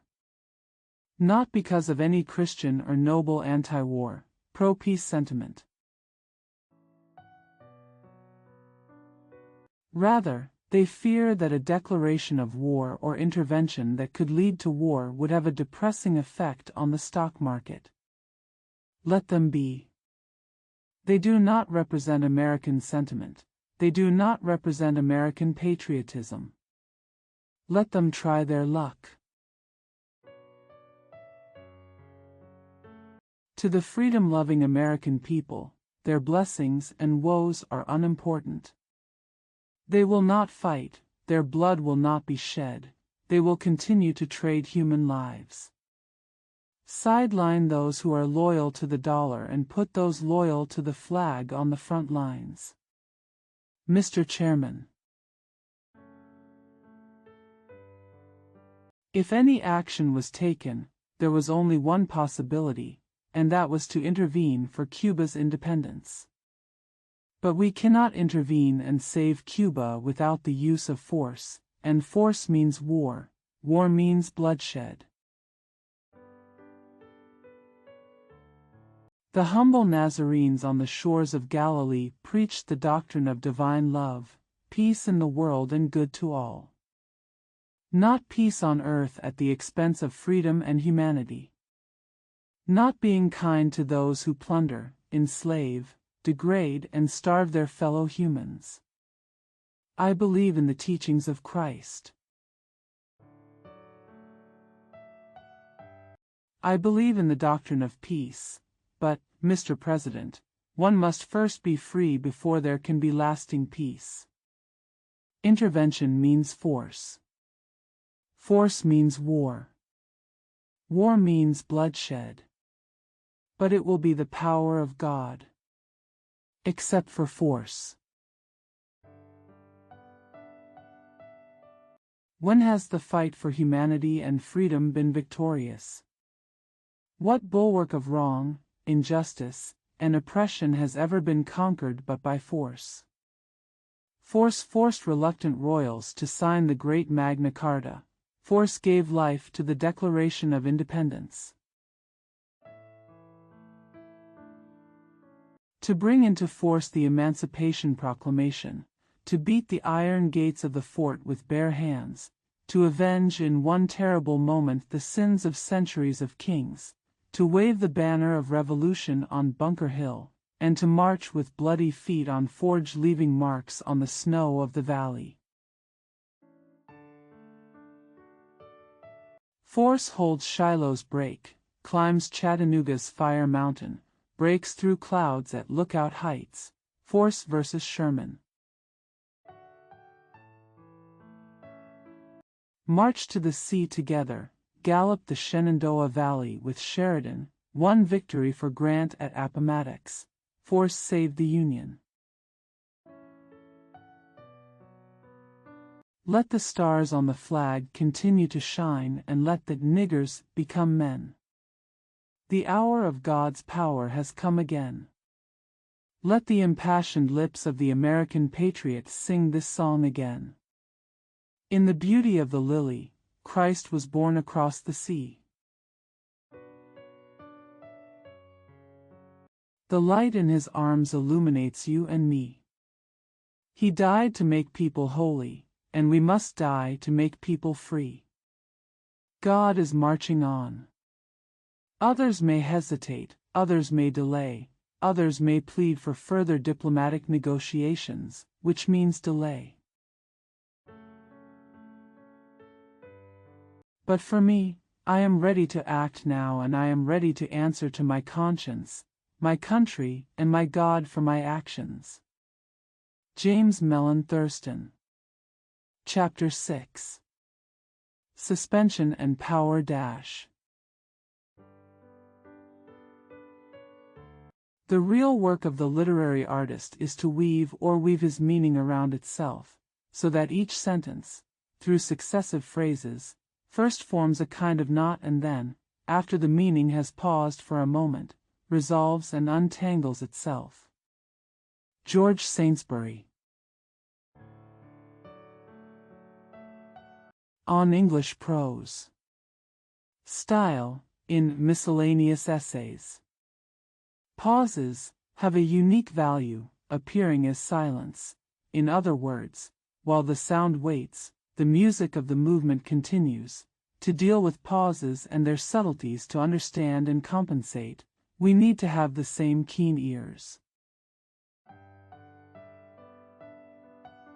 We must rely on this keen ear to grasp the rhythm of the prose. If there is no compensation, if the pause is inadvertent, there will be a lumpy and missing feeling, as if some pin or fastener has fallen out. John Franklin Guénon. How rhetoric works. In public speaking, pauses are not mere silence but purposeful eloquence. When a person says, "I'm so glad that I'm allowed to speak to you tonight," I should say, that's not a pause, but a stumbling. Conceivably, a speaker might be effective in spite of his stumbling, but never because of his stumbling. Another aspect. One of the most important ways to develop power in public speaking is to pause before, after, or both before and after an important word or phrase. Anyone who wants to be a powerful speaker cannot ignore this principle. It is one of the most important principles gleaned from listening to great speakers. Study this potential method until you absorb and digest it. This principle of rhetorical caesura seems like it should be easy to master and apply, but long experience of training college students and mature speakers has shown that when the technique is first explained to the average person, he is no easier to understand than if it were spoken in Hindi. This may be because when the fruit of experience is placed before us, we don't eagerly devour it into the authoritative dish. We like to pick the fruit ourselves. Not only does it taste better, but we never forget the tree. Fortunately, in this case, this was not a difficult task, as the trees all around us were lush. One man is defending another man. Friends, this man made a huge sacrifice for you and me. Doesn't this pause unexpectedly enhance the power of the sentence? Look how he gathers the strength to utter the words, "for you and me," impressively. Repeat this passage without pausing. Has it lost its effectiveness? Of course, during this calculated pause, the speaker's thoughts are focused on the idea he is about to express. He did not dare to let his thoughts wander for a moment, but concentrated his thoughts and emotions highly on the sacrifice he called for, and the service, sweetness, and holiness of the sacrifice were what he was pursuing. So, focus is the key word here, no focus. No pause can achieve perfect results. Efficient pauses can achieve one or all of four outcomes. 1. A pause allows the speaker to gather strength before delivering the final blow. Rushing into battle without preparing or waiting for new recruits is often dangerous. Take Custer's massacre, for example. Put the match under the lens and concentrate the sunlight to light the match. If you shake the lens back and forth quickly, the match will not catch fire. Pause and the lenses will collect heat. Unless you pause and gather your strength for a second or two. Otherwise, your ideas won't catch fire in the minds of your audience. Maple and natural gas wells are rarely exploited continuously. When stronger flows are required, a pause gives nature time to gather her reserves when the maple or natural gas well comes back on.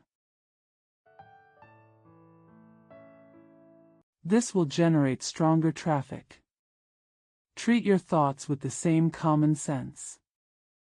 If you want an idea to be particularly effective, pause before speaking it, focus your thought energy, and express it with renewed vigor. Carlyle said it best, "I implore you passionately. Don't speak until your thoughts have matured quietly. Silence creates power. Words are silver, silence is gold. Words are human, silence is God." Silence has been called the father of language. And so it should be. Too many of our public speeches have no father. They ramble on without pause or rest. Like Tennyson's brooks, they flow forever. Listen to little kids, the police on the street corner, family conversations around the dinner table, and see how many times they naturally pause because they don't realize the effect. When we face the audience, we throw most of our natural expressions out the window and strive for artificial effects. The way to return to nature, pause. 2. Pause to mentally prepare the auditor to receive information. Herbert Spencer said that everything in the universe is in motion.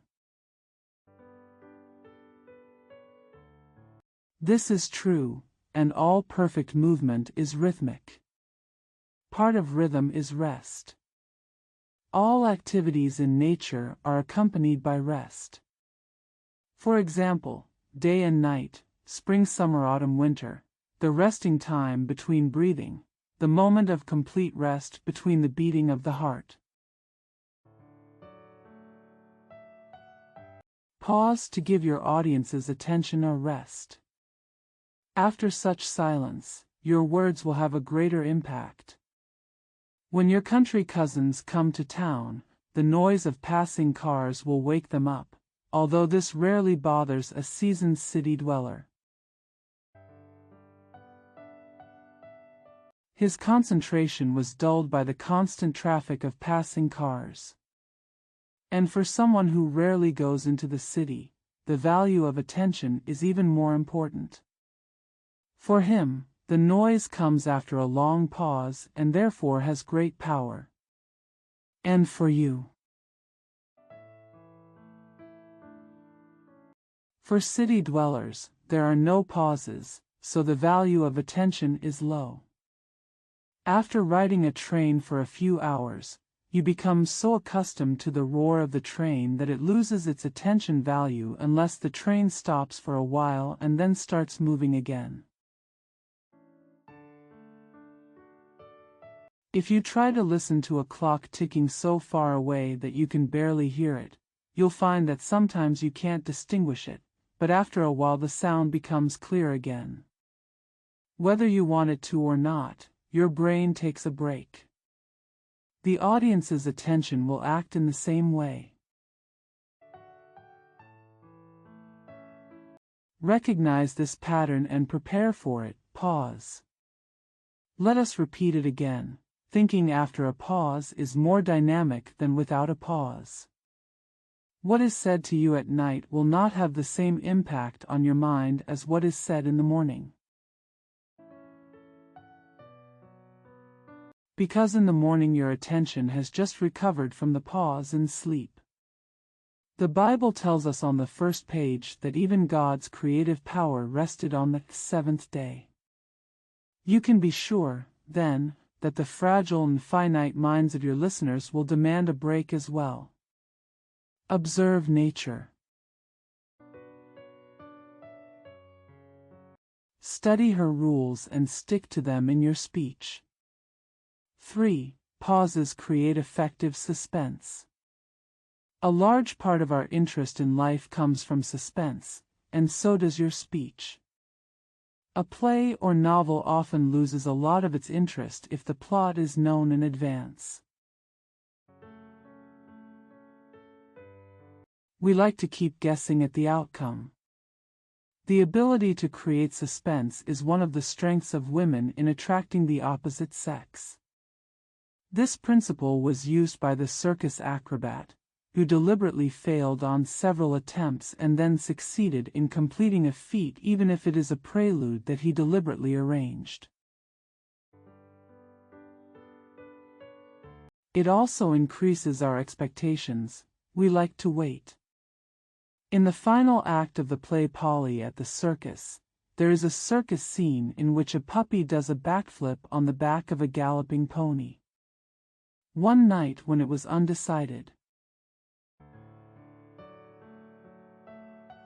when it had to be coaxed for a long time before it would perform, it received much more applause than when it performed right away. Not only do we enjoy waiting, we appreciate what we are waiting for. If fish take the bait too easily, the sport will soon cease to be a sport.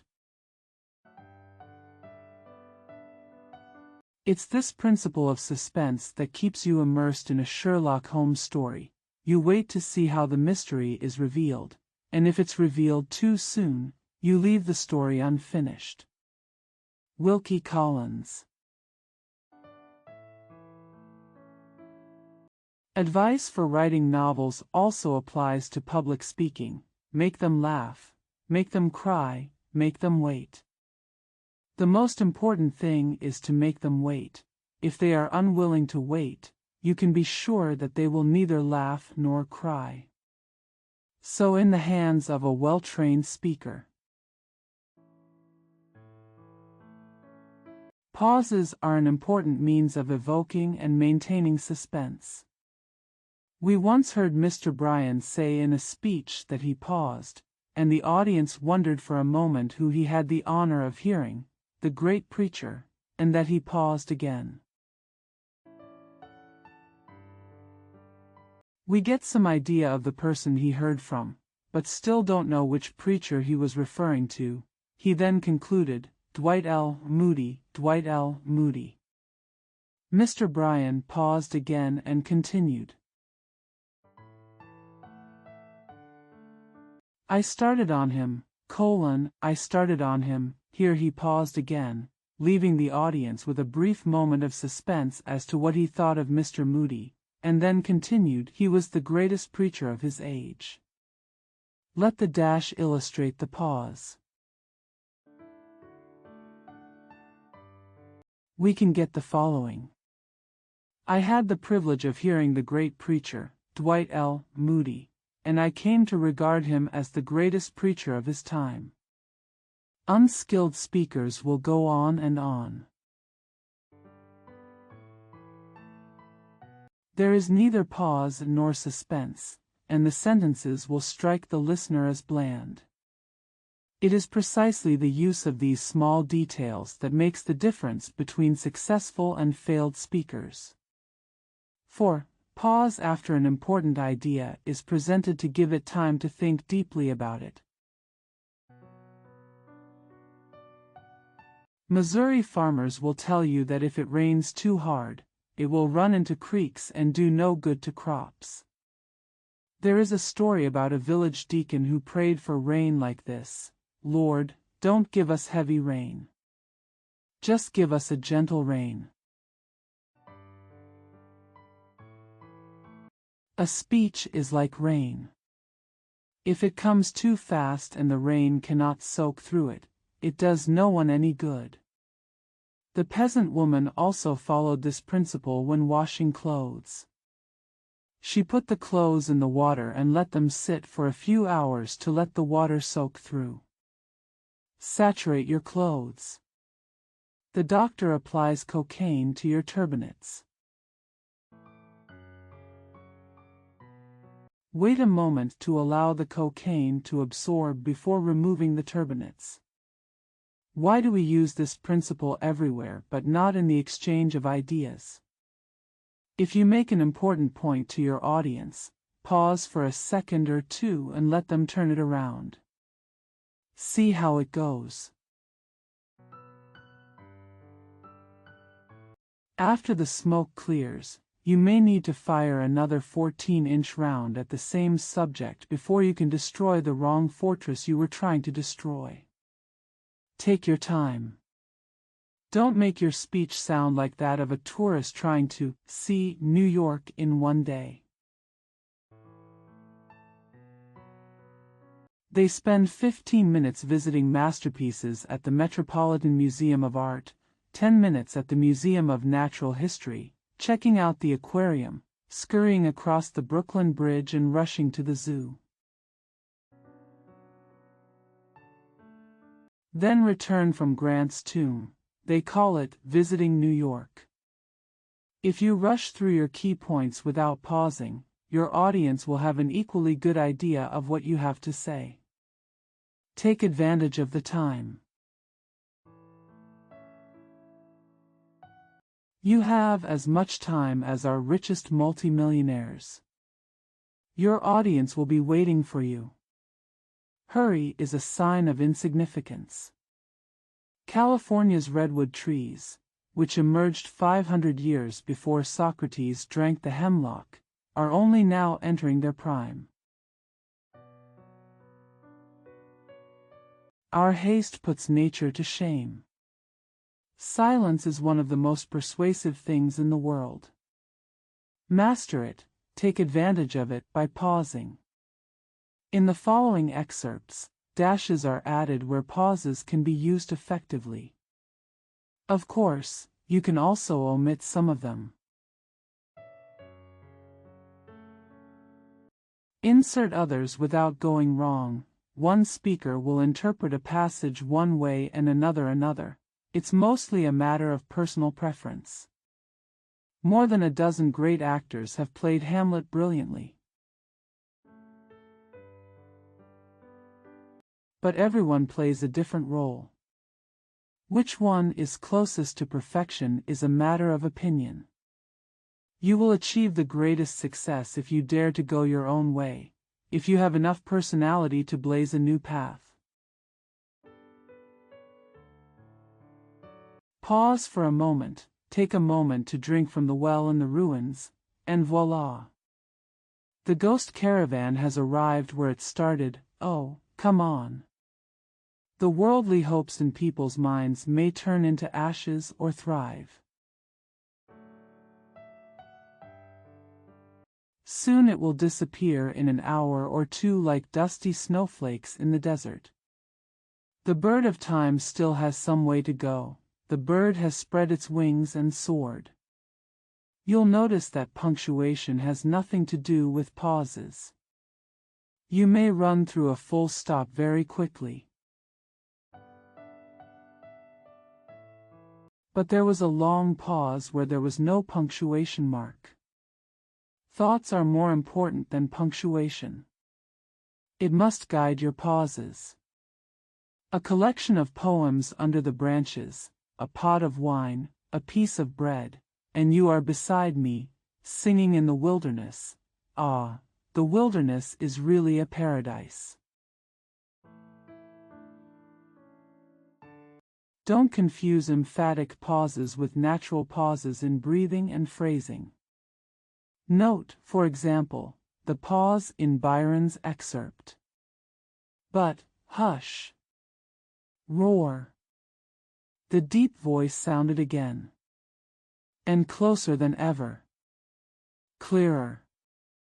More deadly. Arm. Arm. This is the opening roar of the cannon. There is no need to dwell at length on these obvious differences. You'll notice that in natural conversation, our words come together into groups or phrases. And we often pause to catch our breath between words or phrases. Therefore, when speaking in public, breathe naturally and don't talk until you are out of breath or the audience is out of breath. A solemn reminder here, don't overemphasize pauses. Doing so will make your speech heavy and dull. Do not think that a pause can transform ordinary thoughts into great and majestic words. Gorgeous rhetoric coupled with trivial ideas is like using a donkey to drive a Hampton dog. Do you remember that funny old recitative from school? Midnight Murders builds to a thrilling climax in grand fashion and then ends with the ruthless murder of a mosquito. A dramatic pause always elicits laughter from the tolerant audience. In a farce, this is all well and good, but when the speaker inadvertently tumbles from the sublime to the absurd, the anticlimax becomes harrowing. In addition to boomerang pauses, the pause must precede or follow an idea of real value. Or at least an idea that has a significant impact on the rest of the speech before it can be effective in other ways. William Pittenger. In his book Extemporaneous Speaking, he recounts the farce of a truly great American statesman and orator's unconscious use of pauses. He visited Niagara Falls and was preparing to give a speech in Buffalo that day, but unfortunately, he sat too long while drinking after dinner. The orator's instinct struggled with difficulty as he rose to speak, declaring, "Gentlemen, I have beheld your marvelous waterfall, 147 feet high. Gentlemen, Greece and Rome were at their most glorious. There has never been a cataract 147 feet high." Questions and exercises. 1. Please name 4 ways to eliminate monotony and enhance persuasion. 2. What are the 4 special effects of pauses? 3. Pay attention to dialogue and drama or a pause in a speech. Are these the best pauses? Give examples. 4. Read the excerpt from pages 50 to 54, paying special attention to the pauses. 5. Don't pause when reading the following text. Reread correctly and point out the differences. The night will soon be over, and when the sentinel on the free wall asks anxiously, "Watcher, how is the night?" his answer will be, "Lo, the morning comes, dash." Knowing the price we have to pay, knowing the sacrifices we have to make. Knowing the burden we must bear, knowing the attacks we must endure, knowing the price we must pay, yet we enlist and fight for the war. For we know that our cause is just, and we know that it will prevail. We are now advancing against the enemies of the people, not reluctantly but eagerly, not with a guilty conscience but firmly. Because the call to us is the call to our ancestors. How they respond is how we should respond. He blew the trumpet. Never back down. He is sifting hearts at the judgment seat. Oh, let our souls respond quickly to him, let our feet rejoice. Our God is marching on. Albert J. Belvedere. From his speech as interim president of the Progressive Party National Convention, Chicago, 1912. 6. Use pauses to introduce contrasting opinions in the following. Now, Escanes, please meekly and temperately contrast your situation with mine. Then ask these people which fate they each prefer. You teach people to read, I go to school. You perform the initiation ceremony, I receive the ceremony. You dance in the choir, I provide the accompaniment. You are the secretary of the assembly, I am the speaker.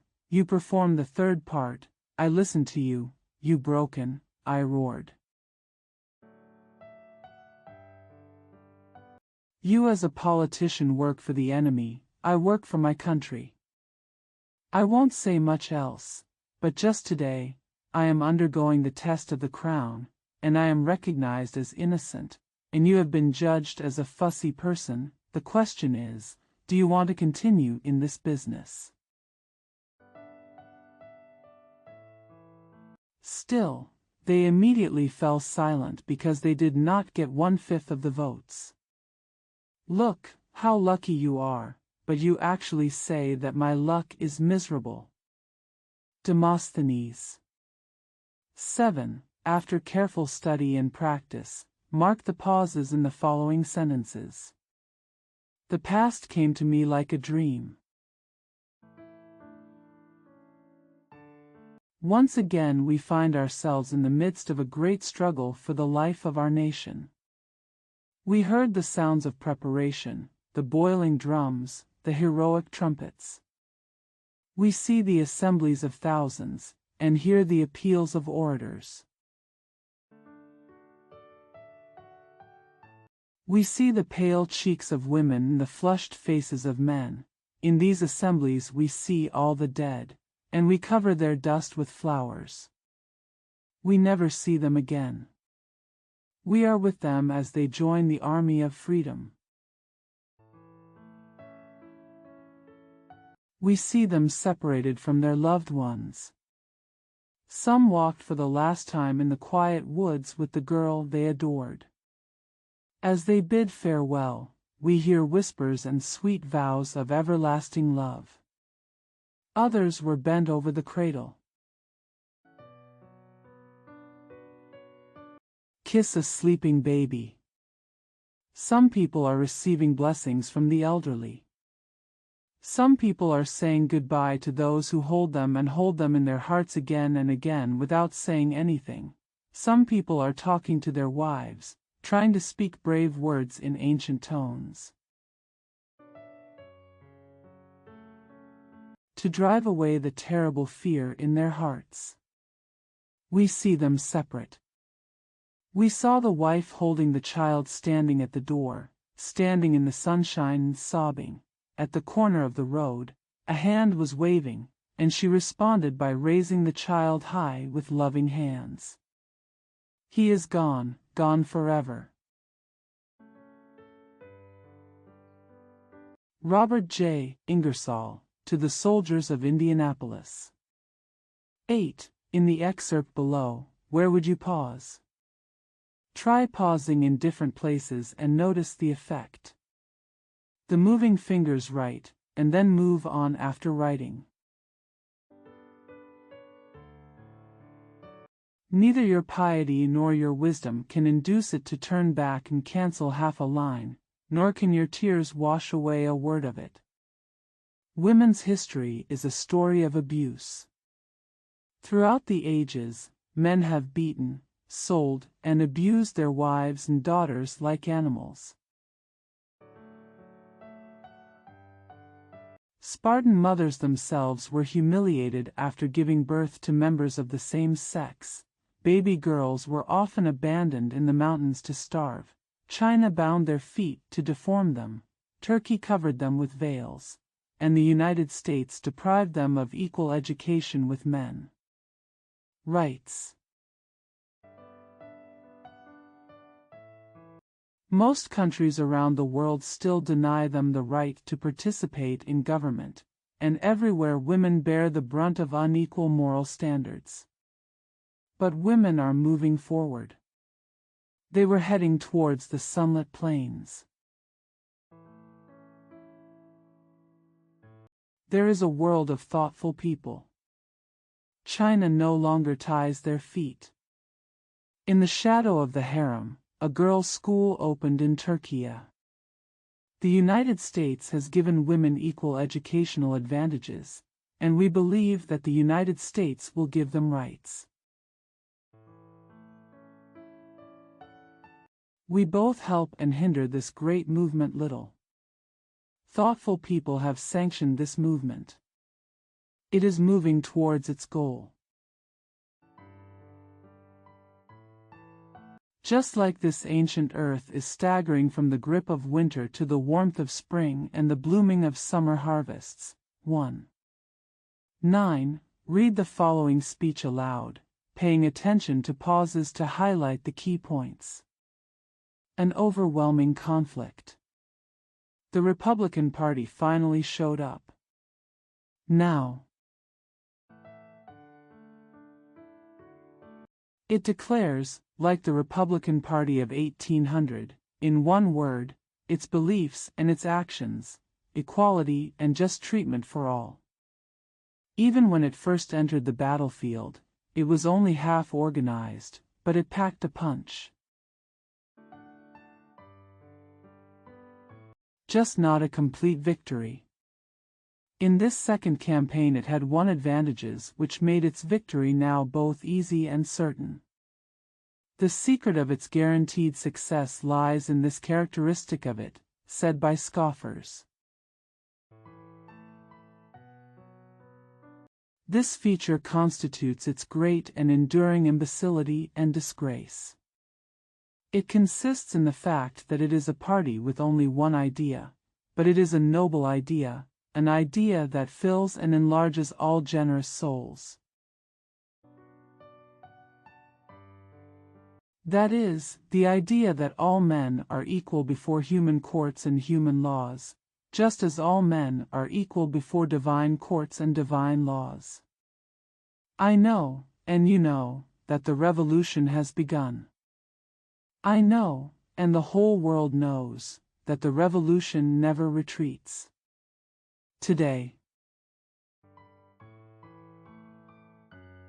20 senators and 100 representatives boldly proclaimed in Congress the sentiments, views, and principles of freedom which, 20 years ago, few, even in this free state, would have dared to express in their own country. Speak up at home. While the American government, under the command of the Democratic Party, has been surrendering plains and castles to slavery one after another, the American people have been unswervingly gathering strength and using these forces to regain all the lost plains and castles. With a decisive blow, crush and overthrow forever those who betray the Constitution and freedom. Note 1. From an editorial in DCS Leslie Weekly, June 4, 1914. Used with permission. Chapter 7. Improving efficiency through inflection points dash. How softly the village bells ring dash. Falling in my ears from time to time. In the sweet melody, now everything fades away, dash. Now it's ringing again, getting louder and louder, dash. The strong wind is coming, clear and sonorous.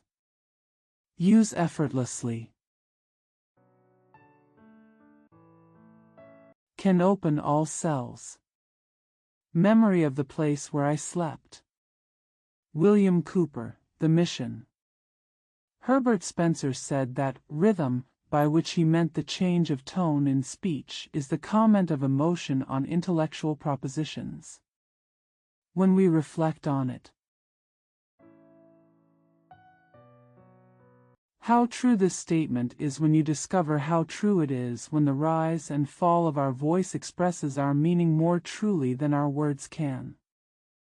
The expressive power of language is multiplied by subtle changes in tone, which we call transitions. Pitch changes from word to word are more subtle and therefore more important than pitch changes from phrase to phrase.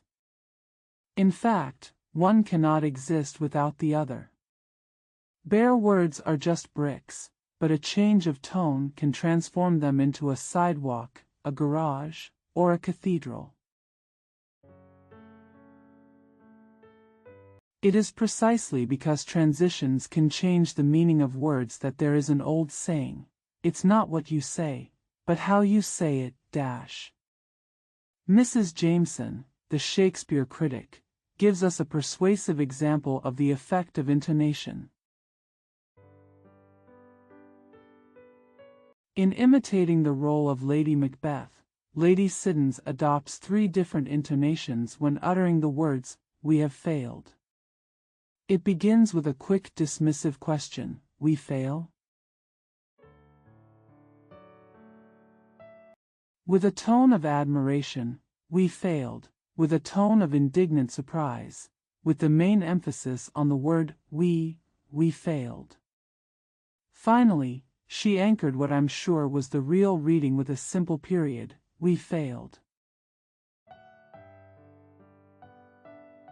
Changing her voice into a low, resolute tone, it settled the matter in one fell swoop, as if she were saying, "If we fail, why do we fail? It's all over, dot." The most important part of our speech, this expressive element. It is the last element that needs to be mastered to achieve naturalness in speaking a foreign language, and its correct use is the main element in speaking our native language naturally and flexibly. Without a variety of intonations, speech becomes dull and monotonous. There are only 2 turns, rising and falling. But the 2 turns may influence or combine with each other, producing a variety of modulating effects, as 1 or 2 straight lines or curves can illustrate. Line. Sharp rise. Long-term rise. Level. Long-term decline dash. A sharp decline. Sharp rises and falls dash. Sharp drops and rises dash. Undecided. These can be varied infinitely, just to illustrate how richly combined these 2 simple inflections can be. It is impossible for us to list all the various modal particles that express various thoughts and feelings. There are some suggestions here, along with plenty of practice, but the only way to truly master turning is through observation, experimentation, and practice. For example, a common sentence is, "Oh,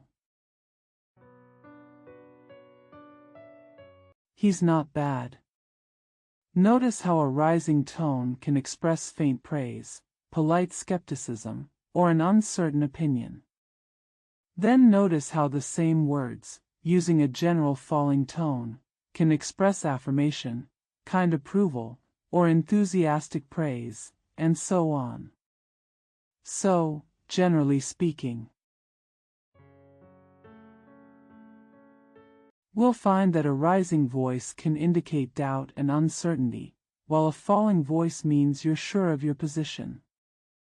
Students don't like to be told that their speech is okay, because their intonation is rising. If these words are expressed in a long descending intonation, their speech will be truly praised. Say goodbye to an imaginary person you hope to see again tomorrow, then say goodbye to a dear friend you will never see again. Notice the difference in tone. When a flirtatious woman says, "I had a great time," at the end of a formal tea party, her tone is completely different from that of a couple enjoying themselves. Repeat this sentence imitating the two characters. Observe the difference. Notice how light and brief the turn is in the following brief quotation from Samuel Melvin's Absolute Antony. At sea, March 28. Tonight I told Sir Robert that he was a fool. I'm right. He is right. Every evening since the ship left Vancouver he had presided over the round table in the middle of the smoking room. There he sipped coffee and liqueur and talked about every topic known to the human mind. Every topic is his theme. He is an old man with a poor face and droopy left eyelid. They told me he was serving in the UK and was a judge somewhere in Malaysia. Read the following two excerpts earnestly, paying attention to the difference in tone from the previous ones. Then reread these excerpts in a relaxed, simple way. Note that changes in attitude are expressed through changes in tone. When I read a noble fact in Plutarch, or a selfless act in a line of poetry, or an exciting plot in some heroic legend, it's no longer a fairy tale, I've seen the plot to match. Thoughts are deeper than all words dash. The feeling is deeper than imagined. It can never be taught from soul to soul. What to teach yourself? Crunch. It must be made clear that inflection mainly refers to subtle, delicate changes in individual words, and by no means the overall rise and fall of the voice when speaking a sentence. However, some sentences can be expressed effectively through such turns. Try reading this sentence aloud in several ways. Do not make any inflections before reading the last two syllables, as shown in the picture, dash. But I told him. High. Low. High. But I told him. Low. Now, try reading this sentence by turning on important words to convey different meanings. The first form in the image above shows the inflection of a single word. The form of your own design should show multiple such turns throughout a sentence. One of the main ways to ensure emphasis is to use a long falling tone on the emphasized word. That is, letting the sound fall to a lower pitch on the internal vowels of the word. Try it on words like every, eleemosynary, and destroy. Use long fall turns on the italicized words in the selection below. Notice the power of its emphasis. Are there any other long modal particles that can help enhance expression? Speech in the Dartmouth College case. Sir, this is my situation. This isn't just the case at this humble school. This is also the case in every university in our country. Nay, this is the case with every charitable institution in our country, all these great charitable institutions, founded by the piety of our ancestors, for the relief of human suffering. Spread blessings on the path of life. Sir, you can destroy this little institution. It is weak, it is in your hands. I know it is a weak light in our country's literary world. You can put it out. But if you do, you must get on with your job. You must extinguish one by one all those great lights of science that have shone brightly in our land for more than a century. Sir, as I said, it's a small college, but it has a lot of people who love it. Gentlemen, I don't know what other people think, but speaking for myself, when I see my alma mater like Caesar in the Senate, surrounded by people who are stabbing him with knives again and again, I won't let her turn around and say to me because of this right hand. So do you, my child. Daniel Webster. Be careful not to overmodulate. Too much grooming can have an unpleasant artificial effect, like a mature hostess trying to appear kiddie. There is a fine line between genuine expression and unintentional burlesque. Check your tone of voice carefully. Take an expression like, "Oh, no," or "Oh, I see," or "Indeed," through patient self-examination. See how many different shades of meaning your tone can express. This common sense exercise will help you more than a rule book. But don't forget to listen to yourself. Questions and exercises dash. 1. Use your own words to define A. Meter, B. Mode. C. Transition, D. Emphasis. 2. Please name 5 ways to eliminate monotony and improve speaking efficiency. 3. What psychological state does the downward transition indicate? List them as completely as possible. 4. Do the same for upturns. 5. In expressing A. Surprise, B. Ashamed, C. Hate, D. Formal, E. Excited. 6. Reread certain sentences multiple times and use a different tone each time to change the meaning of the sentence. 7. Pay attention to the modal particles used in certain speeches or conversations. Are these twists the best way to put it? Make criticisms and explain them. 8. Render the following paragraph. Did this gentleman do it? Did he do it completely? God said, "Let there be light," and there was light. 9. Invent an indirect question. And explain how it turns naturally. 10.do direct questions always require a rising intonation. Give examples. 11. Explain how tone is used to indicate the complete end of an expression or speech. 12. Do the same with incomplete ideas. 13.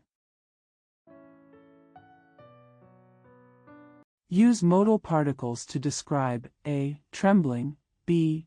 Hesitation and C. Doubt. 14. Explain how to express contrast. 15. Try the effect of rising and falling intonation on the italicized words in the following sentences. State your preference. Gentlemen, I am persuaded, no, I am determined to speak. What is sown is the natural body, and what rises is the spiritual body. Practical material selection. In the following excerpt, the emphasis is emphasized by a long descending transition rather than a loud sound. Repeat these selections. Try to put into practice all the technical principles we have mastered so far: emphasis on important words, subordination of unimportant words, variety of tones, variation of rhythm, pauses and tone. If these principles are used, there will be no monotonous problems. Through continuous practice, can use modal particles skillfully and make the sound itself flexible. Charles I. We accuse him of breaking his coronation vows, yet we are told he kept his wedding vows. We accuse him of subjecting his people to the most hot-headed. The merciless blows of the most hard-hearted priest, and his excuse was that he took his little son on his knees and kissed him. We condemn him for violating the terms of the Petition of Rights, which he had heretofore, in good faith and worthy consideration, undertaken to observe. We also learn that he was in the habit of hearing prayers at 6 o'clock in the morning. We firmly believe that his popularity among contemporaries was largely due to these considerations, coupled with his Van Dyck costumes, handsome face, and full beard. T.B. Macaulay. Abraham Lincoln. We do not need him to put on paper his belief in slavery, which, with its treason, murder, and merciless cruelty, swirled around this great man to destroy his life. He himself was but the thorn in which slavery struck freedom. He carries with him the poison of slavery. As long as this country exists, we will never forget that we had a martyred president, never. As long as time continues, as long as heaven continues, as long as hell still shakes and groans, people will never forget. Slavery killed him through its agents, and in killing him revealed its whole nature and tendencies. But the other thing we have to remember is that the target of this blow is the lives of the government and the country. Lincoln was killed and America was destroyed. People were knocked down. The government was defeated. It was the president who was killed. What he pursues is the life of the country, the breath of freedom, the meaning of kindness. He, this Illinoisan, this common man who shed his robes and insignia of authority and represented only himself, might be hated. But it won't bring down the killer. He was singled out precisely because he stood in the position of the government and represented the government, a government that represented rights and freedoms. Therefore, it is a crime against the universal government. This is not an attack on the foundation of our government. Still less is it a blow to the very foundations of the British government, the French government, and every well-organized government. It is a crime against humanity. The whole world will rebuke it as an act without any redeeming light. However, the attack apparently failed. The business has not been hit. On the contrary, it was strengthened. The country disintegrated, but only in tears.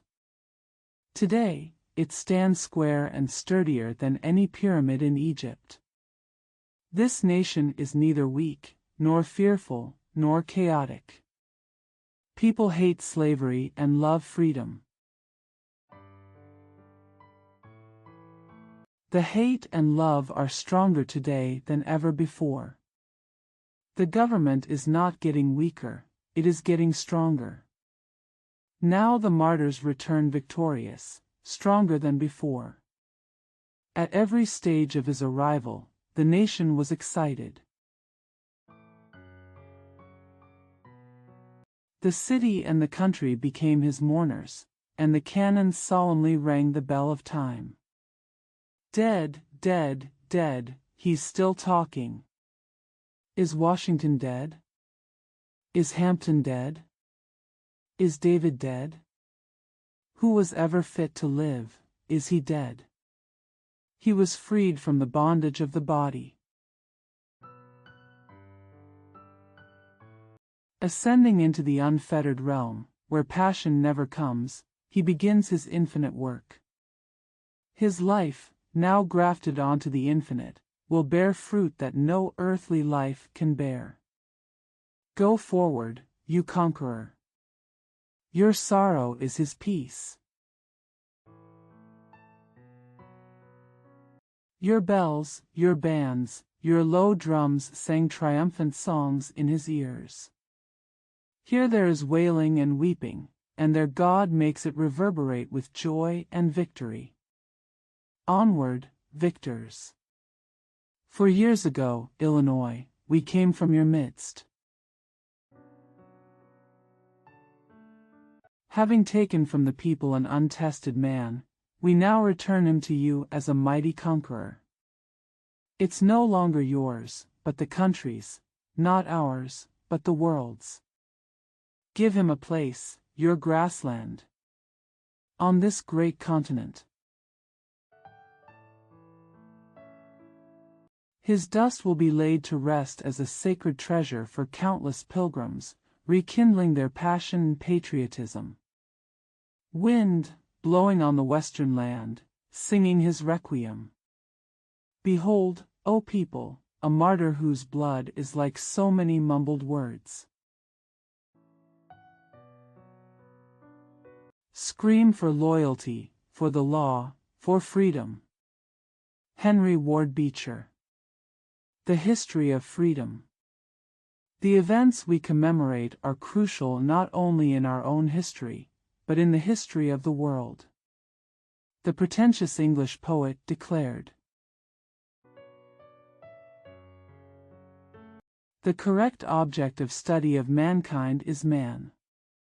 Among all temporal studies, the history of our species is undoubtedly the most interesting.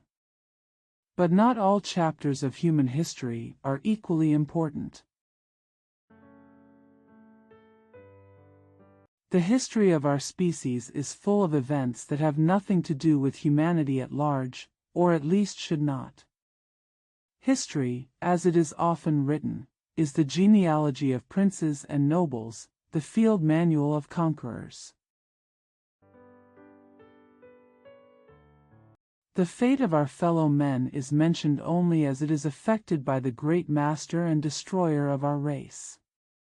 I would not say that such a history is a worthless study, for it is necessary for us to understand both the dark and the bright sides of our condition. But it is a melancholy study, which fills the breasts of philanthropists and friends of liberty with sorrow. But the history of freedom, the history of men who have fought for it, the history of men who have gained it and are exercising it, the history of those great movements in the world by which freedom has been established and perpetuated. This constitutes a subject which we cannot think too carefully about. This is the true history of mankind, the true history of the human family, the true history of rational and immortal life. The test of adversity is theirs, the test of prosperity is ours. Let us face challenges with a grateful attitude. Our positions are the most enviable and the most responsible. If our generation does its part, the cause of constitutional liberty is safe. If we fail, we fail not only our descendants, the inheritance we received from our fathers, but we also dash the hopes of the friends of freedom across a continent, across Europe, across the world, forever. History is replete with examples of hard work, where the flag of freedom has flown triumphantly in the wildest storms of battle. History is full of examples of a nation wisely utilizing and safely passing on precious wealth. The eyes of the world are on us. So, as we gather on our nation's birthday, as we gather on the green turf once soaked with precious blood, let us dedicate ourselves to the sacred cause of constitutional liberty. Let us reject the interests and passions that divide the great family of free men in America. Let partisan rage sleep today.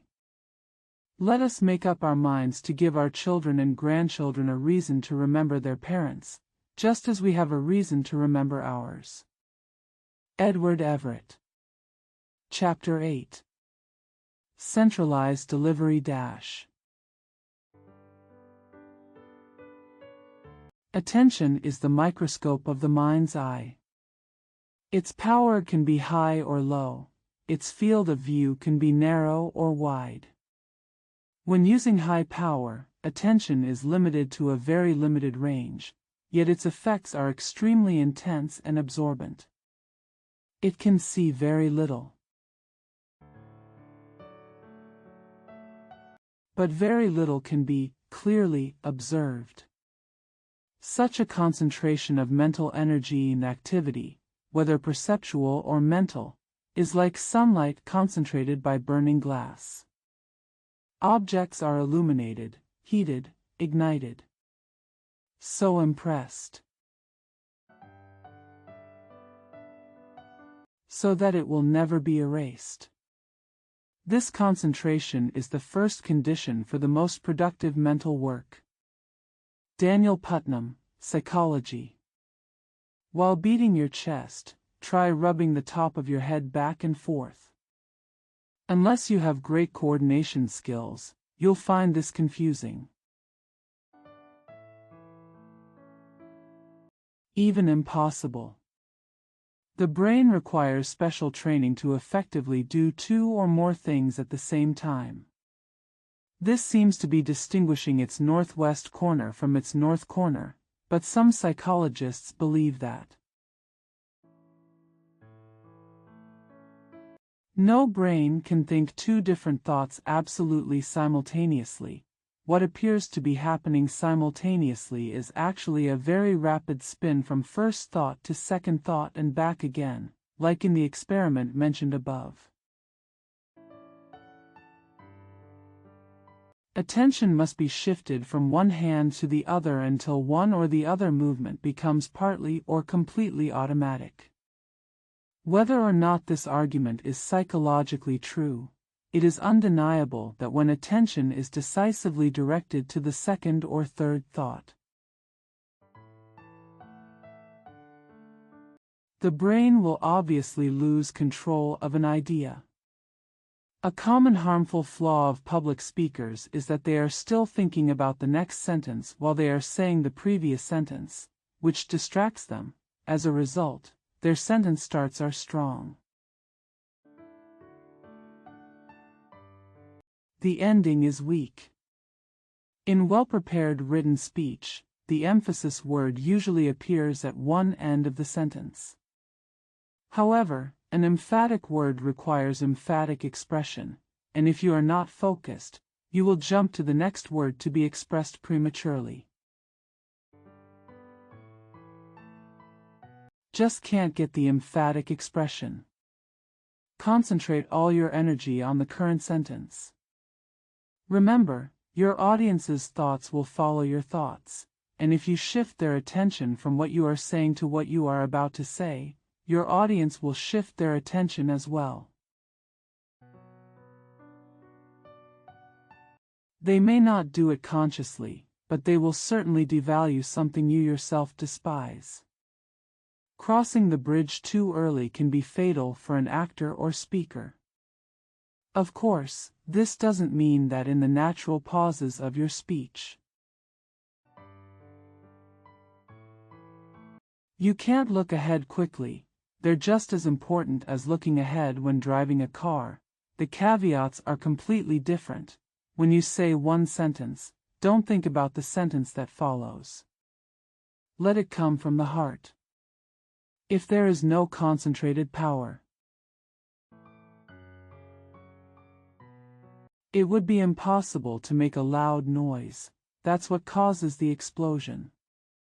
In the preparation process, you store and concentrate your thoughts and feelings. In the pauses of your speech, you quickly look to the future and prepare for an effective attack. And in the actual moment of your speech, you speak. Don't anticipate. Distraction distracts power. A few words need to be said here about the influence of the inner on the outer, especially regarding concentration. "What do you read, my lord?" replied Hamlet. Words.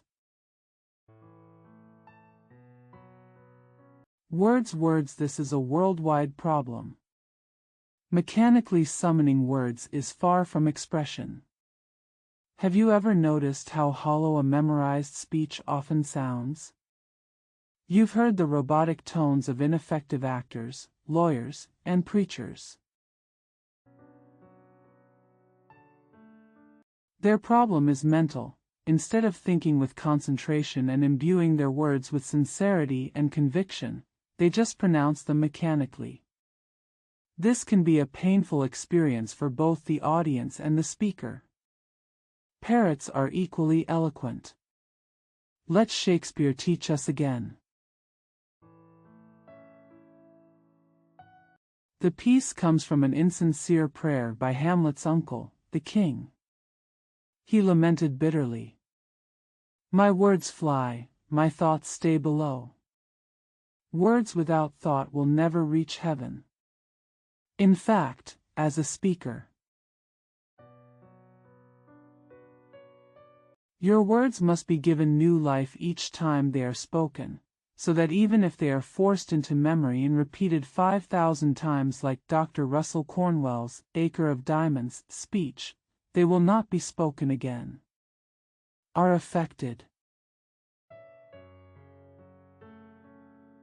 Such speeches lose nothing by repetition, for they arise from concentrated thoughts and feelings rather than from saying something simply for the sake of saying something, which often means anything, which in turn amounts to saying nothing. If the thoughts behind your words are warm, fresh, spontaneous, part of who you are, your words will have breath and life. Language is just an outcome. Don't try to get results without motivating causes. Do you want to know how to focus? Consider the word itself and its linguistic brother together. Think about how a lens gathers and concentrates light within a given circle. It concentrates the light through a process of withdrawal. This sentence may seem harsh,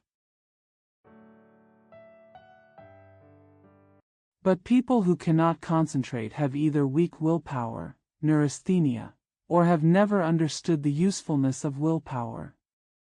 You have to focus and resolutely turn your attention away from other things. If you focus your thoughts on a pain that may be causing you, that pain will get worse. Count your blessings, and your blessings will multiply. Focus on hitting the ball and your tennis skills will gradually improve. To concentrate is to focus on one thing without paying attention to anything else.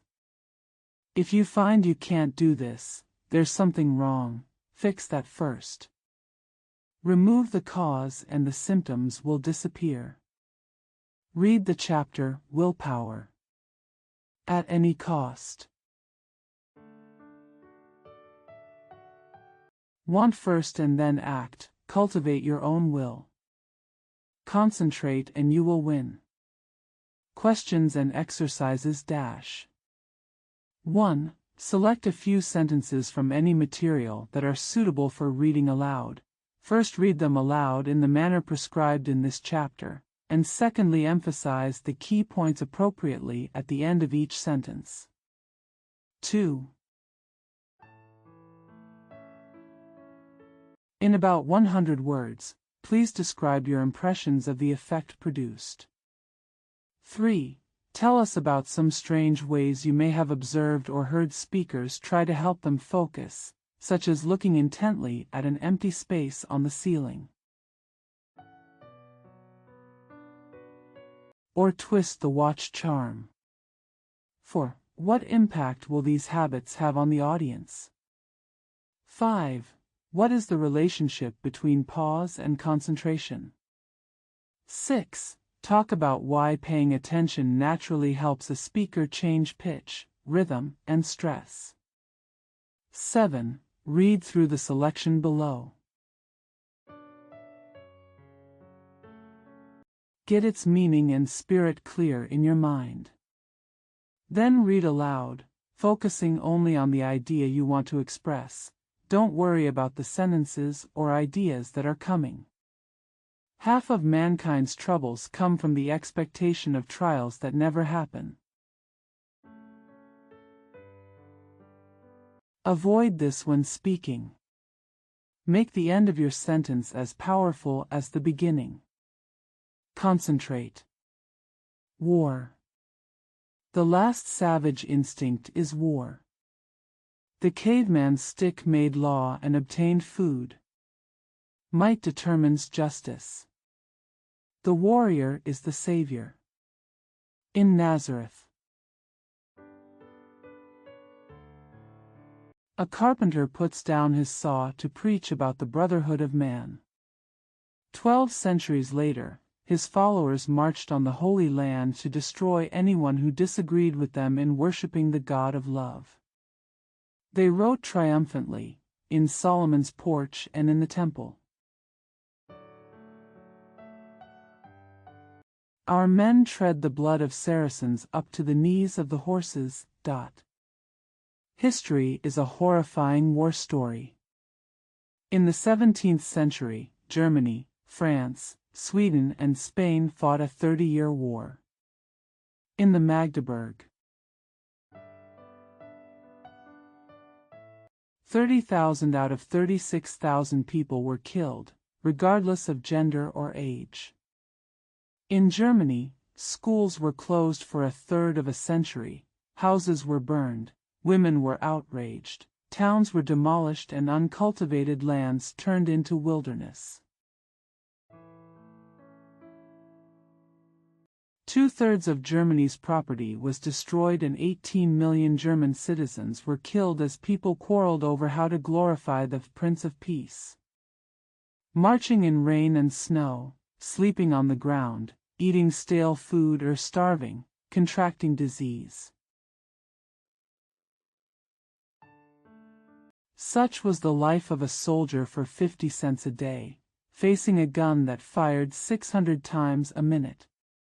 The widowed mother sat at the window crying. The children, with tears streaming down their faces, clung to the window glass, watching and waiting. Their means of livelihood. Home and happiness are gone. Fatherless children, heartbroken women, men sick, maimed and dead, this is the cost of war. We spend more money training people to kill each other than we spend teaching them to survive. We spend more money building a battleship than the annual maintenance of all our state universities. The economic damage caused by destroying each other's homes in the Civil War was enough to build 15 million homes. Each house cost $2,000 to build. We pray for love, but prepare for hate. We preach peace, but equip ourselves for war. Half of the power that fills the world with fear. If half the wealth were spent in camp and court. In order to save this world from its mistakes. This eliminates the need for arsenals and fortresses. War can only postpone the solution of the problem. No problem is truly solved until it is solved properly. Like rival gun gangs in back alleys, nations around the world fought over their differences through bloody years. Denver can't play Chicago, Iowa can't play Ohio. Why can Germany go to war with France and Bulgaria go to war with Turkey? When humans transcend creed, color, and country, when we are citizens not of one country but of the world, the armies and navies of the earth will form an international police force to maintain peace, and the dove will take the place of the eagle. Our differences will be settled by an international court with the power to carry out its mandate. In times of peace, prepare for peace. The price of war is the price of sin, and the price of sin is death. Editorial in Leslie Weekly, D.C. Used with permission. Chapter 9. Strength. However, it is better to be vigilant. Indifference will not cause pain. Just a moral intoxication. Byron, Don Juan. You've watched plays that seemed fair, but they didn't move you, grab you. In theatrical terms, they fail to cross over, that is, their message does not get past the audience's footlights. They have no fists, no bayonets, they have no power. Of course, all this spells disaster, and not just in stage plays. And that's true in any platform piece. Every such work exists for the audience, and if it cannot move the audience, and this is a good way of saying it, it has no reason to live, and it will not live long. What is force?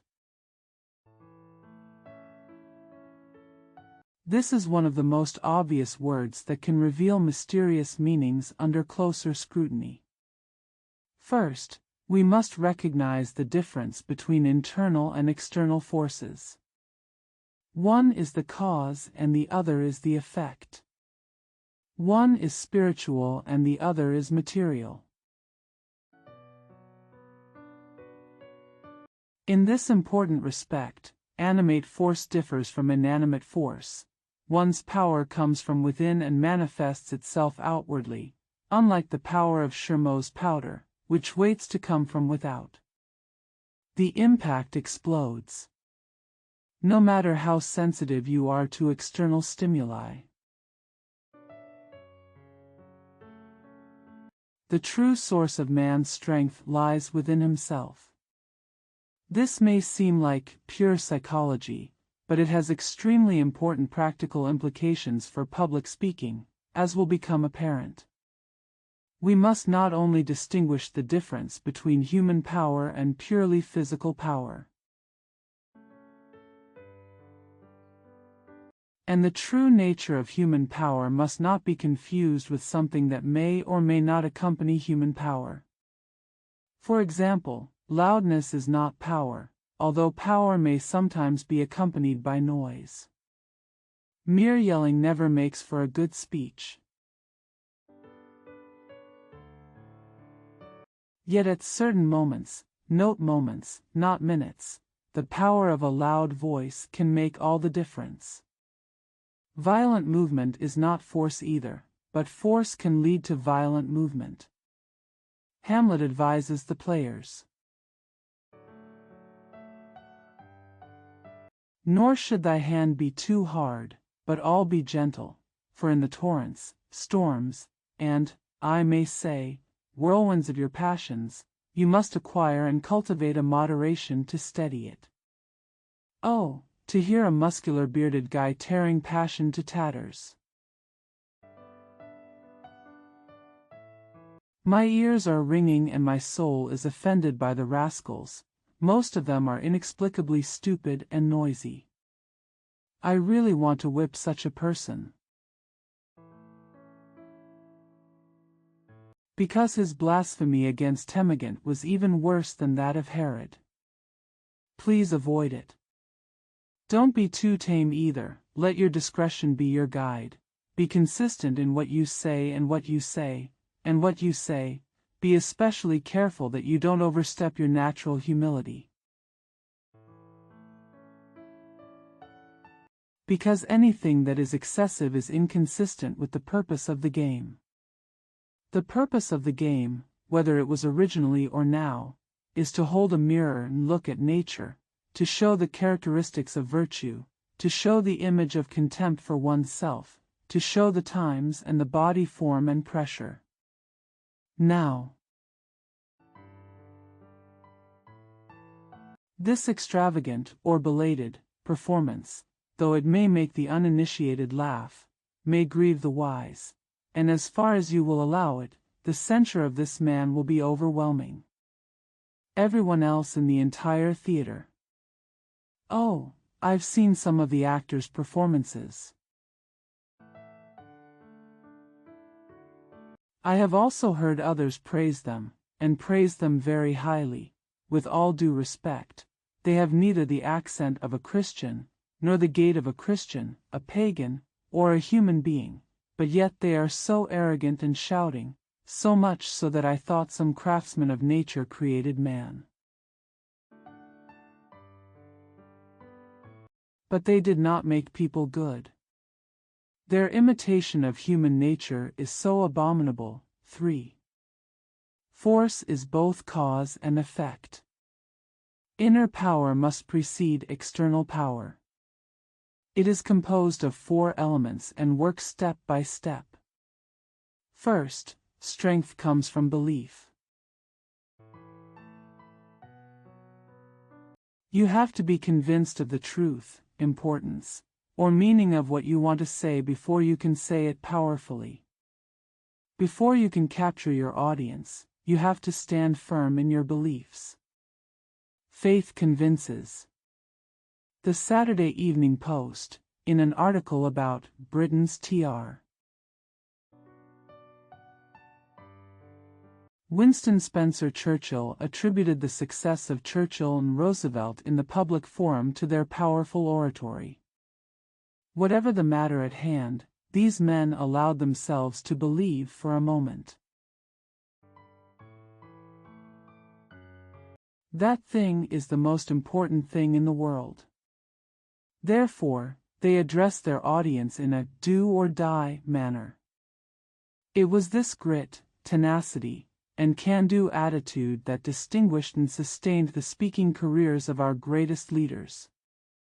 But let's take a closer look at the origins of inner strength. How does a belief affect the person who feels it?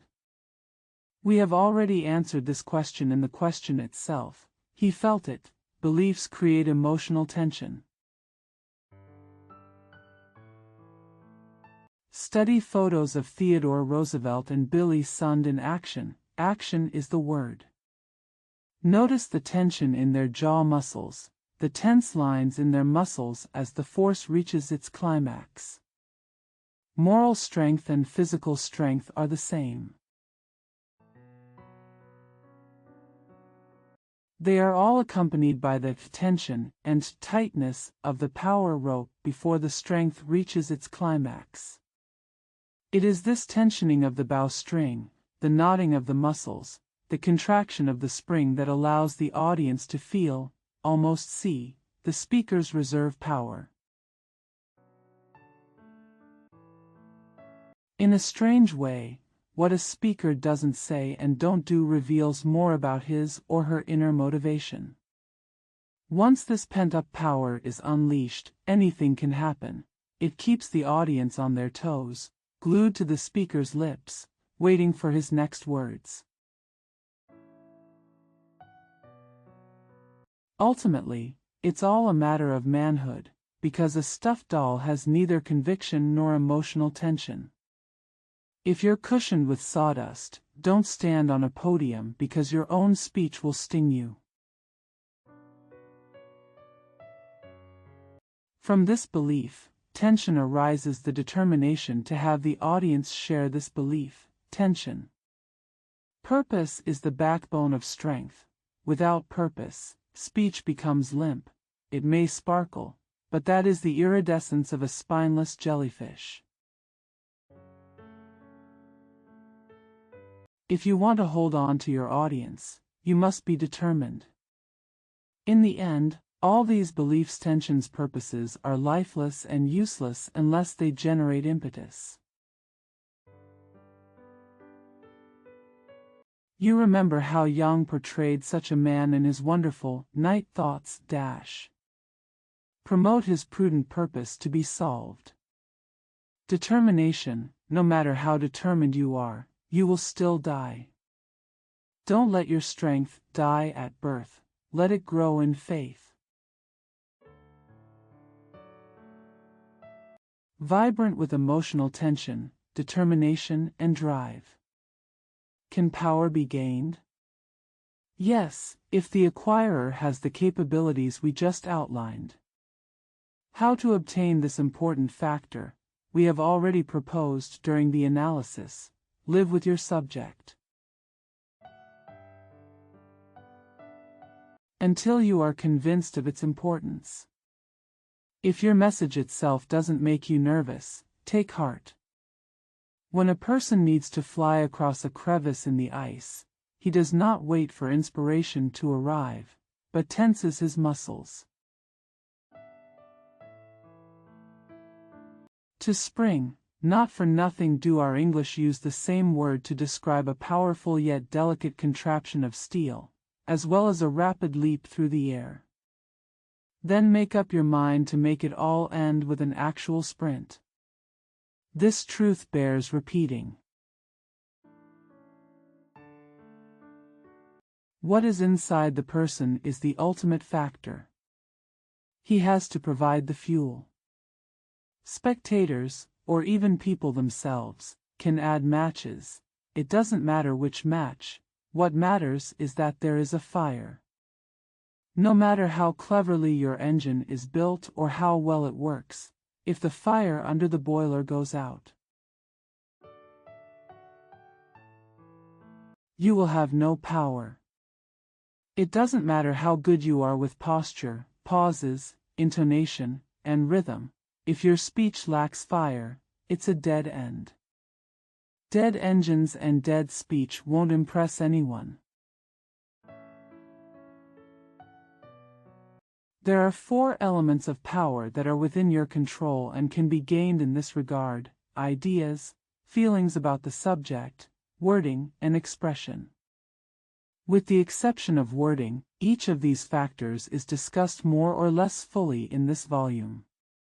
But the most important thing is, you should understand exactly how wording affects the strength of a sentence. Study The Workings of Rhetoric by John Franklin Guénon, or the rhetorical treatises of Adams Sherman Hill and Charles Sears Baldwin, or any other rhetorical treatise whose name a teacher would easily know. Here are some suggestions on how to use words to gain power. Word choice. Plain words have more power, juggling, than uncommon words. More dynamic than prophecy. Short words are more powerful than long words. Word endings are more direct than short words. Termination. The Saxon word for strength is usually more forceful than the Latin word for strength. Use war to oppose, not military opposition. Certain words are more powerful, reporters are more powerful, than general words. Clearer than printer. Connected words imply more meaning than they express, and have more dash. More powerful than ordinary words, she got herself married, expresses more dash. Instead of, she got married. Poems, epithets, are figurative descriptive words, which are more effective than direct descriptive words. The name, Go Tell That Old Fox, is more impactful than Go Tell That Old Fox. Cunning guy. Synonym, that is, a word that expresses its meaning through sound. More powerful than other words, crash is more effective dash. Rather than a catastrophe. Arrangement of words dash. Delete the modifier. Cut out the connecting words. Start with the words that need attention. End on a note of praise, said Professor Barrett Wendell. By pitting strong thoughts against weak thoughts, through dash. Contrast. Avoid complex sentence structures. Short sentences are better than long. Cut out every useless word so that the true, important. Let each sentence become a condensed battering ram, swinging towards the final dash. Sound the horn of concern. A familiar, homely idiom is more effective if it is used infrequently dash, rather than a highly formal academic expression. Give full consideration to the relative value of different positions in the sentence dash. This way you can give prominence to the points you wish to emphasize. But, someone said, wouldn't it be more honest to win an audience by relying on intrinsic interest in a subject, the truth of its essence, the clarity and sincerity of its presentation, and the beauty of its language? Why not attract people, but catch them with aggression? Why use force? There is a lot of truth in such a call, but not all of it.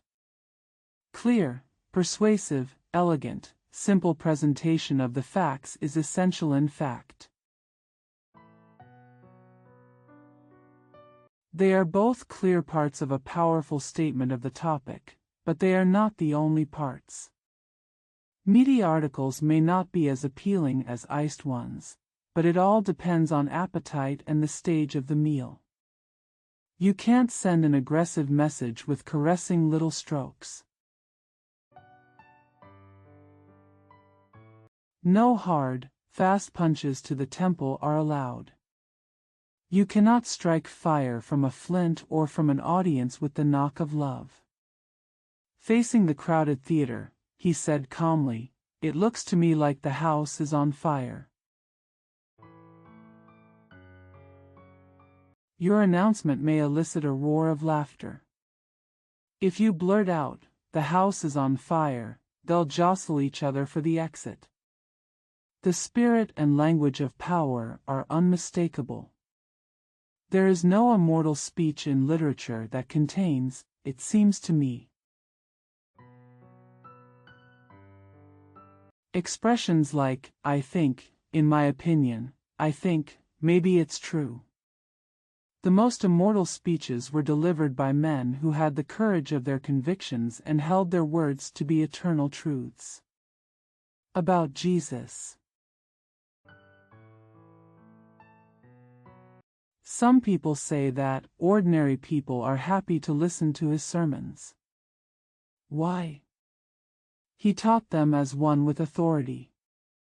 What seems to be truth to you, or what might be truth in your humble opinion, will never move an audience. If you are truly capable, make faith your conclusion. Before you speak, make sure you are right, and then speak your thoughts as if they were the impeccable Gibraltar of truth. Expressing these thoughts with Cromwell's iron fist and confidence. Declare with the fire of authority. Declare them as ultimatums. If you can't speak loudly, stay silent. The young preacher, fearful of being too dogmatic, exhorted his hearers, and how powerful his admonition was. My friends, and I think you all are, it seems my duty to tell you that if you do not repent, forsake your sins, and turn to the righteous path, if I may say so, you will in some measure lost your way. Effective speech must reflect the times. This is not a rose-water era, and tepid, half-assed speeches will not win. This is a century hammered out, a century in which overland express trains shuttle through urban underground and mountain tunnels. If you want to impress a mass audience, you must infuse your speech with this spirit.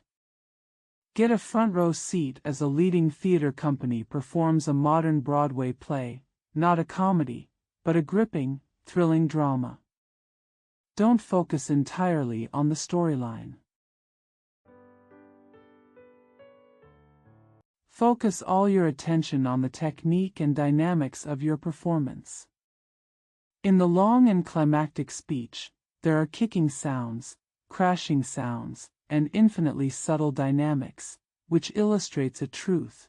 It is also carefully planned, restrained, and delicate dynamics will make your audience remember your ideas. An air gun can rattle birdshot against a windowpane, while a rifle can send bullets through plate glass and the oak wall outside. When to use force dash. The audience is not like the kingdom of heaven, and the violent do not always capture the audience by force. Sometimes beauty and tranquility should be the only chimes in your ring. Strength is only one extreme of contrast. Use neither it nor calm words to the exclusion of other tones. Be versatile. Find greater strength in variability than you can achieve by trying to use it constantly. If you are reading an essay about the beauty of dawn, talking about the beauty of a honeysuckle flower, or explaining the construction of a gas engine, such a violent expression is completely inappropriate. But when you appeal to people's wills and consciences to act immediately, powerful expressions win. In this case, think of the audience's minds as many locked safes with missing keys. Don't try to figure out the password. Pour a little nitroglycerin into the gap and light the fuse. As I write these lines, a contractor down the street is using dynamite to clear the stones and lay the foundations for a great building. When you want to take action, don't be afraid to use explosives. A final argument for the effectiveness of power in public speaking is that for the purpose of the speech, everything must be amplified, which is why few speeches read well in reports the next morning. Speeches appear crude and exaggerated because they are not accompanied by the powerful expressions of focused passion from a polished speaker in front of an audience. So when preparing a speech, you must not err on the side of mild statements. your audience will inevitably downplay your words in a cold, gray afterthought. When Phidias was criticized for the crude, bold outlines of the statue he submitted to the competition, he smiled and asked that his statue and that of his opponent be placed on the pillars. In this way, all the exaggeration and roughness are tempered by distance and melted into the exquisite beauty of lines and shapes. Every speech must be a special study of fit and proportion.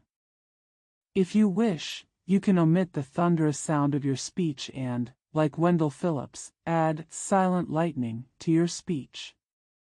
Let your mind breathe. Let your words burn.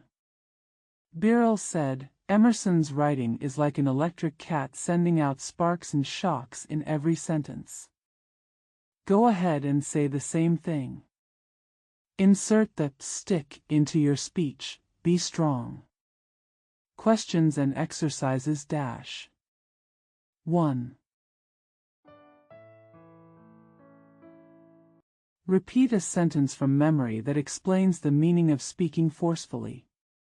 2. Which of the speaking technology principles you have learned so far do you think is the most important? Why? 3. What are the effects of using too much force during a speech? Too weak? 4. Watch for uninteresting dialogue or ineffective presentations and explain why they failed. 5. Make suggestions for improvements. 6. Why is a speech more powerful than a conversation? 7. Read the excerpt on page 84, using the technical principles outlined in chapters 3 through 8. But ignore any force behind the explanation. What was the result? 8. Reread it several times and try to be as powerful as possible. 9. Which parts of the selection on page 84 require the most effort? 10. Write a 5-minute speech. Not only discuss the mistakes of those who exaggerate and minimize those who use force, but also demonstrate their weaknesses through imitation.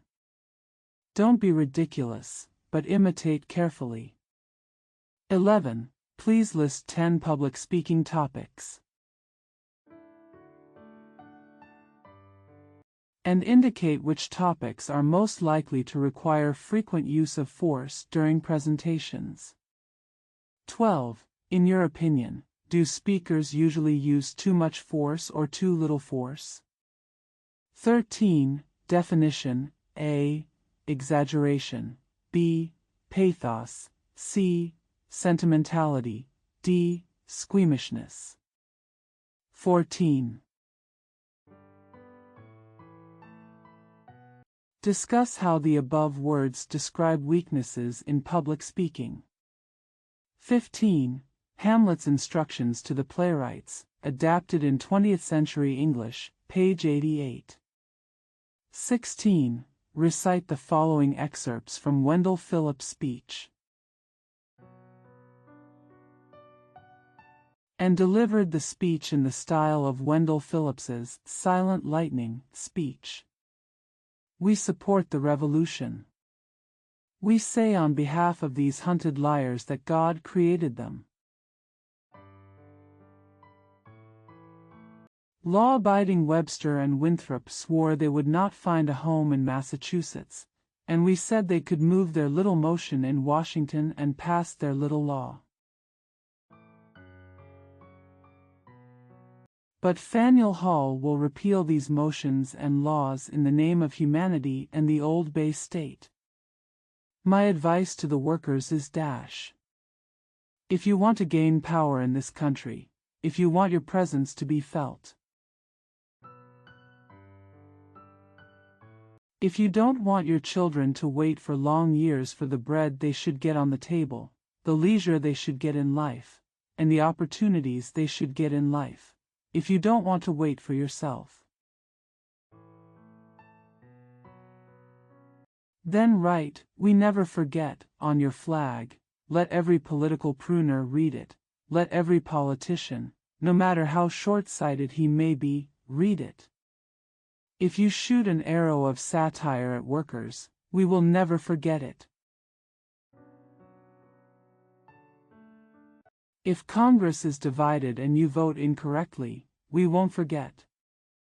You can get down on your knees and say, "I'm sorry for what I did," but we say, "You will be sorry in heaven, but on this side of the grave, never."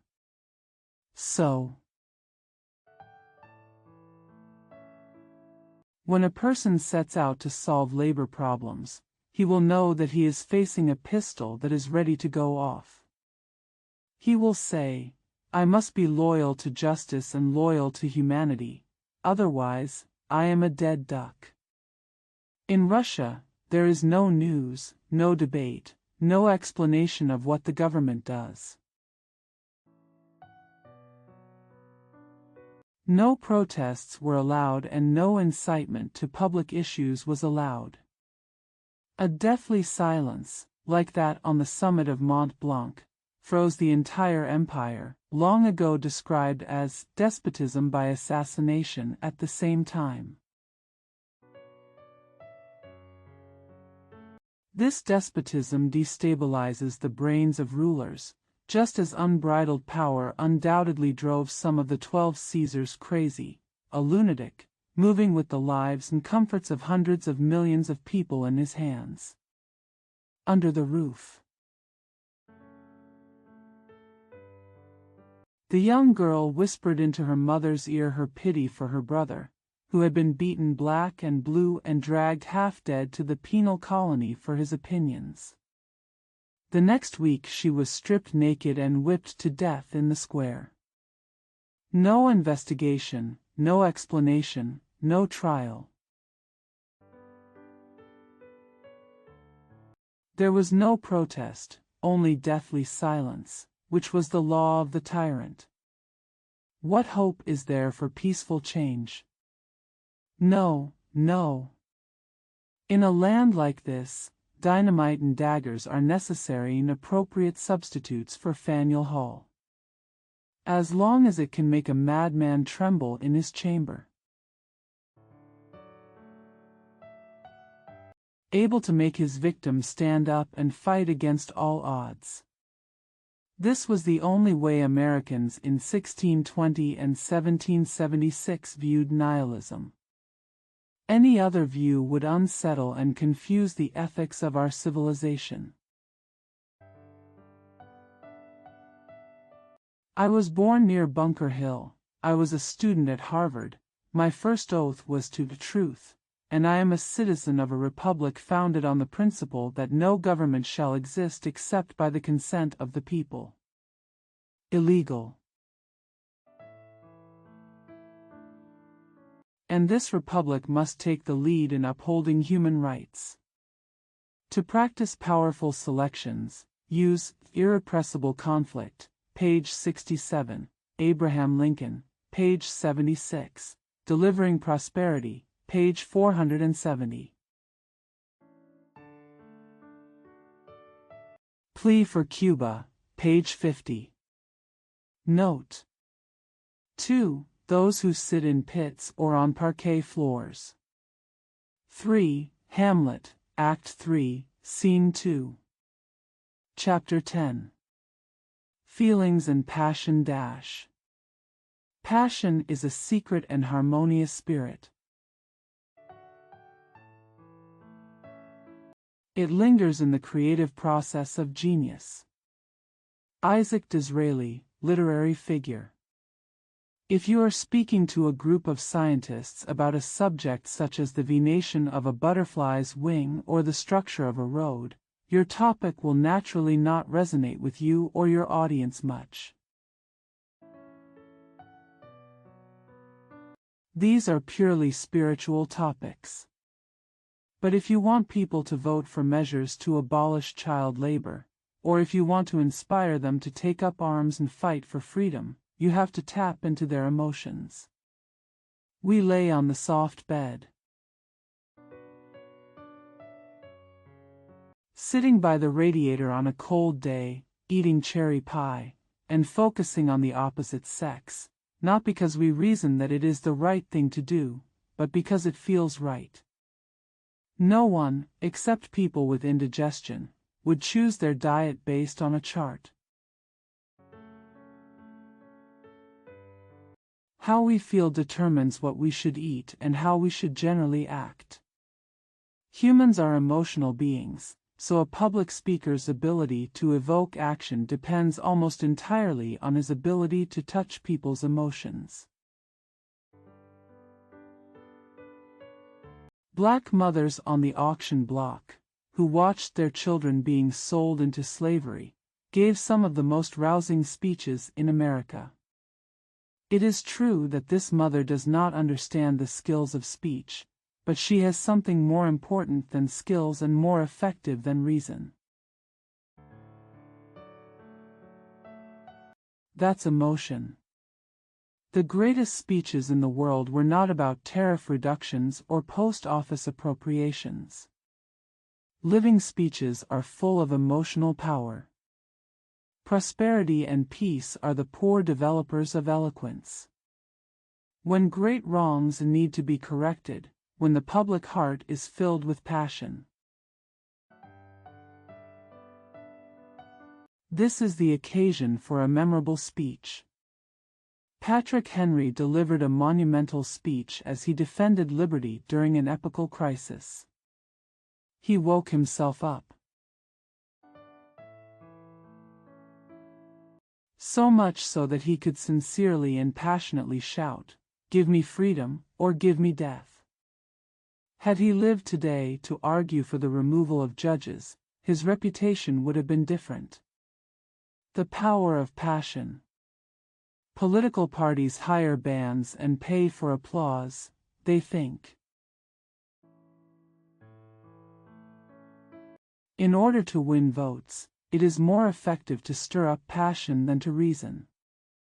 The extent to which they are right depends on the audience, but there is no doubt that enthusiasm is contagious. A New York watch manufacturer tried 2 series of watch ads. One ad demonstrates the watch's superior construction, craftsmanship, durability, and guarantee. Another ad is titled, "A Watch to be Proud of," emphasizing the joy and pride of owning a watch.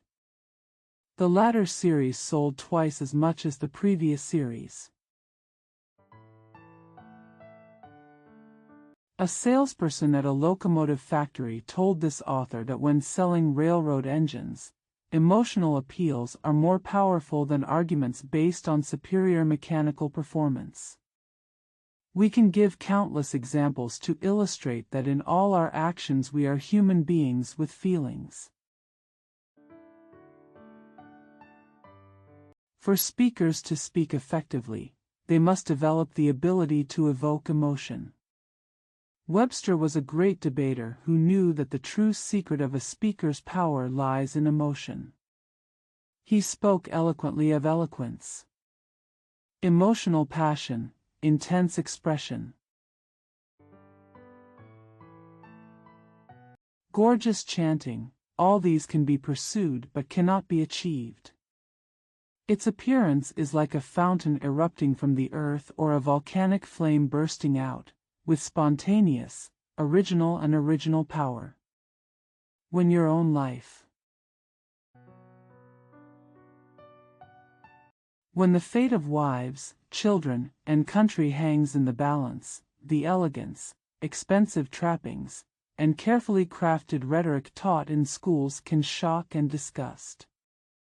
At this point, language loses its power, rhetoric is useless, and all well-crafted speeches are contemptible. At this point, even genius itself feels rebuked and suppressed, just as it does in the presence of higher qualities. Then patriotism is eloquence, then self-dedication is eloquence. Clear conception, lofty goals, firm determination, and fearless spirit beyond logical reasoning. Speaking on the tip of the tongue, shining in the eyes, filling every feature, inspiring people, going straight to the topic. This is eloquence. In other words, it is something greater and nobler than all eloquence. It is action, noble, sublime, godlike action. While traveling in the Northwest Territories not long ago, a writer strolled down a country street after dinner and found a group of people listening to a hustler at a corner truck. Remembering Emerson's advice about learning something from everyone we meet, the observer paused and listened to the speaker. He was promoting a reissued drug he claimed was discovered in Arizona. He took off his hat, demonstrating the effect of this potion on him, washing his face with it, proving that it was as harmless as water, and describing its virtues with such zeal that $50 of silver came to him in droves. After he offered his audience hair refills, he asked why more men were bald than women. No one knows. He explained that this is because women wear shoes with thinner soles and therefore have a good connection with Mother Earth's electricity, while men wear shoes with thicker, dry soles that cannot transmit the Earth's electricity to their bodies. Men's hair doesn't get the right amount of electrical energy food. Will die and fall off. Of course, he had a remedy, nailing a small copper plate on the sole of his shoe. He passionately and vividly describes his desire to be rid of his baldness and pays homage to his copper plate. When this story is told in cold words, it may seem strange, but the speaker's enthusiasm has swept over his audience, who crowded around his booth, holding out their quarters, eager to become the owners of these magical copper plates. Emerson's advice was well followed, and once again observers saw the miraculous power of enthusiasm. Enthusiasm drove millions to the Holy Land in crusade to recapture it from the Saracens. Enthusiasm plunged Europe into 30 years of religious wars. Enthusiasm sends 3 boats sailing uncharted waters toward the shores of the New World. When Napoleon's troops were tired and discouraged in the Alps, Corporal Jr. stopped them. Order the orchestra to play La Marseillaise. The Alps ceased to exist under this powerful piece of music. Listen. Emerson said, "There is no great achievement without enthusiasm." Carlyle said, "Every great movement in history is a victory of enthusiasm." Enthusiasm is as contagious as measles. Eloquence is half the inspiration. Let your audience be enthusiastic along with you. "A man," said Oliver Cromwell, "never so high as when he knows not where he is going." How do we acquire and develop passion? It cannot be worn casually like a cigarette jacket. A book cannot give you that. It is a growth, an influence. What is the effect? Let's wait and see. Emerson wrote, "A painter told me, no one can draw a tree without becoming a tree to some extent. No one can draw a child by studying only its outline, but by observing his movements and performances for a period of time. The painter has entered into his nature." Then you can draw his various postures at will. So, Rawls entered the inner world of his sheep. I knew a draftsman in the employ of a public survey who found that he could not sketch a rock unless its geological structure was first explained to him. When Sarah Bernhard was playing a difficult role, she would often not speak to anyone from 4 o'clock in the afternoon until the end of the show. From 4 o'clock she begins her character's life. It is said, Booth would not allow anyone to speak to him between acts when he was playing the role of Shakespeare, because then he was Macbeth, not Booth. Dante was banished from his beloved Florence, sentenced to death, and lived in a cave, half-starved. Dante then wrote his heart out in the Divine Comedy. Bunyan was so absorbed in the spirit of his Pilgrim's Progress that he collapsed on the floor of Bedford jail, weeping with joy. Turner lived in a garret and got up before dawn. Walked 9 miles over mountains and ridges to watch the sun rise over the sea in order to appreciate the amazing beauty of the sea. Wendell Phillips's sentences are filled with silent lightning, because his heart contains the sorrow of 5 million slaves. There is only one way to make your speech emotional, and whatever you have forgotten, don't forget this. You must really get into the character you are modeling, the cause you are advocating, the case you are arguing, deeply. Go deeply into it. Let it dress you, fascinate you, make you possess it completely. In this way, you truly resonate with your subject, because its feeling is your feeling, and you feel it, so your enthusiasm is sincere and contagious. The words spoken by the carpenter, whom no one has ever spoken to, speak out of love for humanity. He enters humanity and thus becomes human. However, we must not regard the above words as a simple prescription to torture out a feeling. It is then lavished upon a smug audience according to the needs of the moment. True emotion in a speech is the essence of the speech itself, not something added or deleted at random. In an ideal speech theme, the speaker and audience become one. Integrated by the emotions and thoughts of the era. Human beings need compassion. It cannot be overemphasized that the speaker must have a wide and deep tenderness for humanity. One of Victor Hugo's biographers attributed his strength as an orator and writer to his wide sympathies and deep religious feeling. Recently, we listened to a talk from the editor of Collier's Weekly on short story writing. He emphasized so often the necessity of this broad love for humanity, of this true religious feeling, that he twice apologized for preaching. Even if there are monumental speeches, they are rarely delivered for selfish or narrow purposes. They are all motivated by a strong desire to help humanity.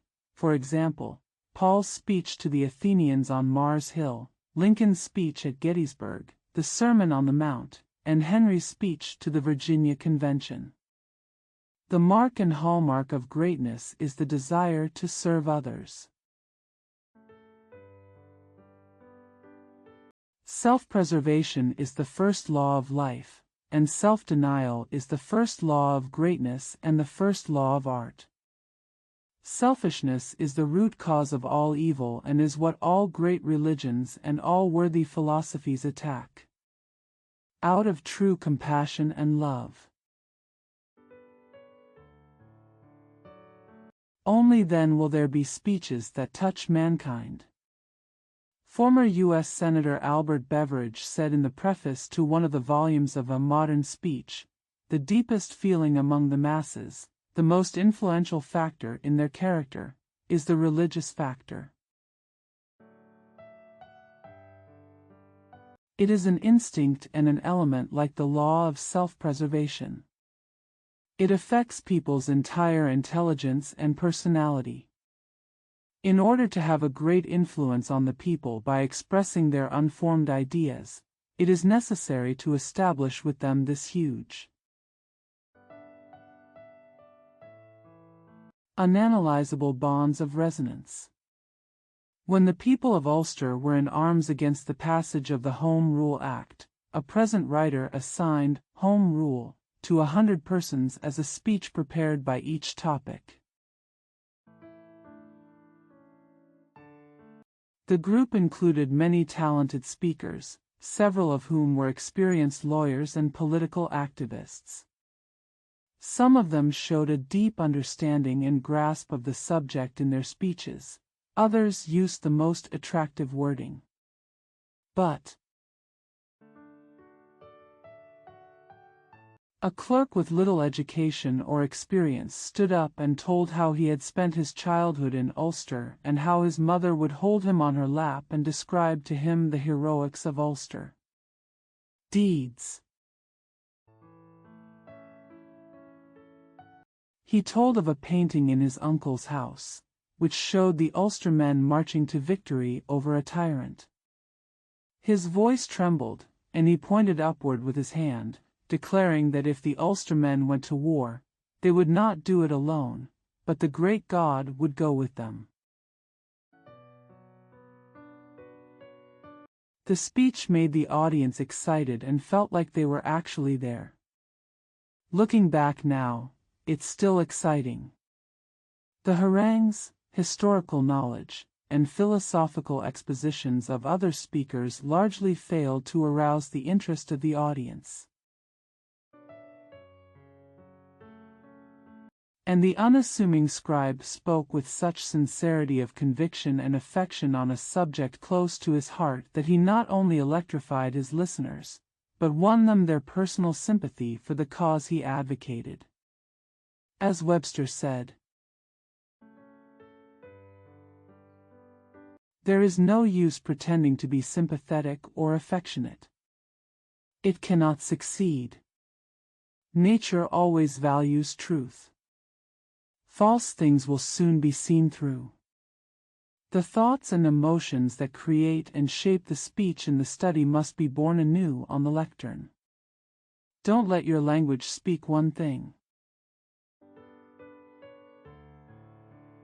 and your voice and attitude are another story.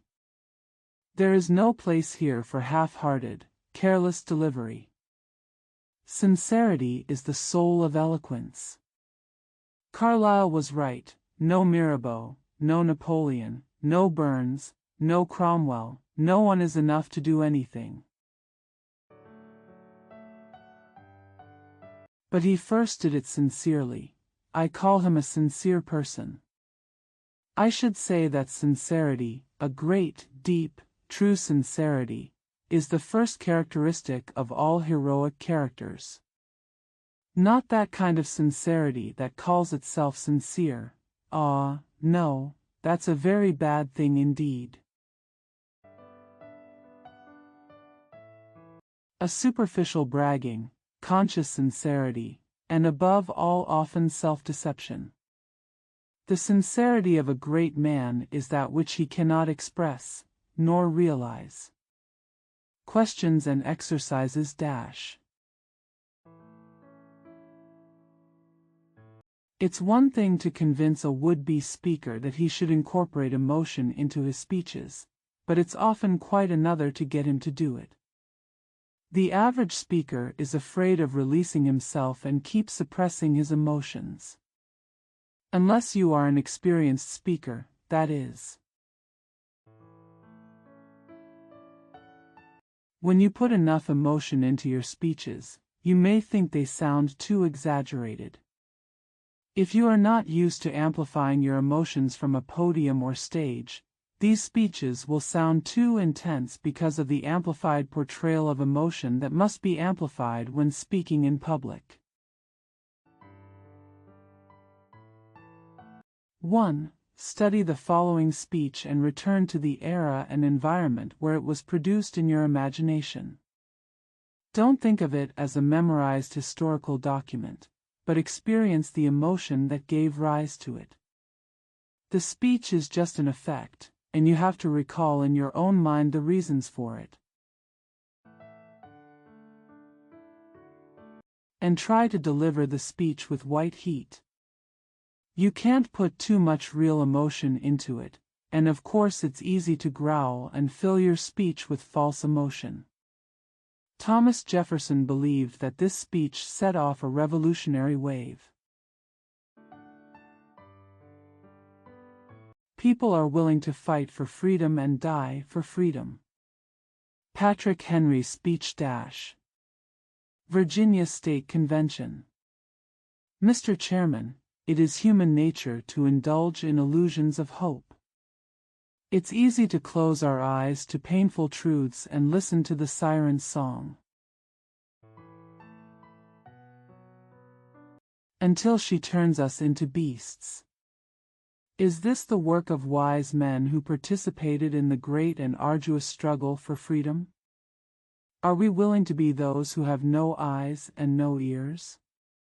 For my part, I am willing to know the whole truth, no matter the mental pain it takes. Understand the worst-case scenario and prepare for it. There is only one light under my feet, and that is the light of experience. I don't know of any way to judge the future other than the past. Looking at the past, I wonder, over the past 10 years, what has the conduct of the British government vindicated the hopes with which gentlemen are pleased to comfort themselves and Parliament? Is it that sinister smile our petition has been receiving lately? Don't believe it, gentlemen, it will be a trap for you. Don't be betrayed by a kiss. Ask yourself, what does the friendly reception of our petitions have to do with the preparations for war that envelope our waters and veil our lands? Does the work of love and reconciliation require fleets and armies? Do we appear so unwilling to reconcile that force must be used to win our love back? Let us not kid ourselves, sir. These were instruments of war and conquest, the last justification that kings resorted to. Gentlemen, I would like to ask, if the purpose of this military lineup is not to force us into submission, then what is its purpose? Can gentlemen identify any other possible motive? Does Great Britain have any enemies in this part of the world that require a concentration of navies and armies? No, sir, she didn't. They are prepared for us and cannot be prepared for other countries. They are sent to bind us, to tie us with the chains that British ministers have long forged. What can we do against them? Are we going to argue? Gentlemen, we've been trying for the past 10 years. Do we have any new insights on this issue? No.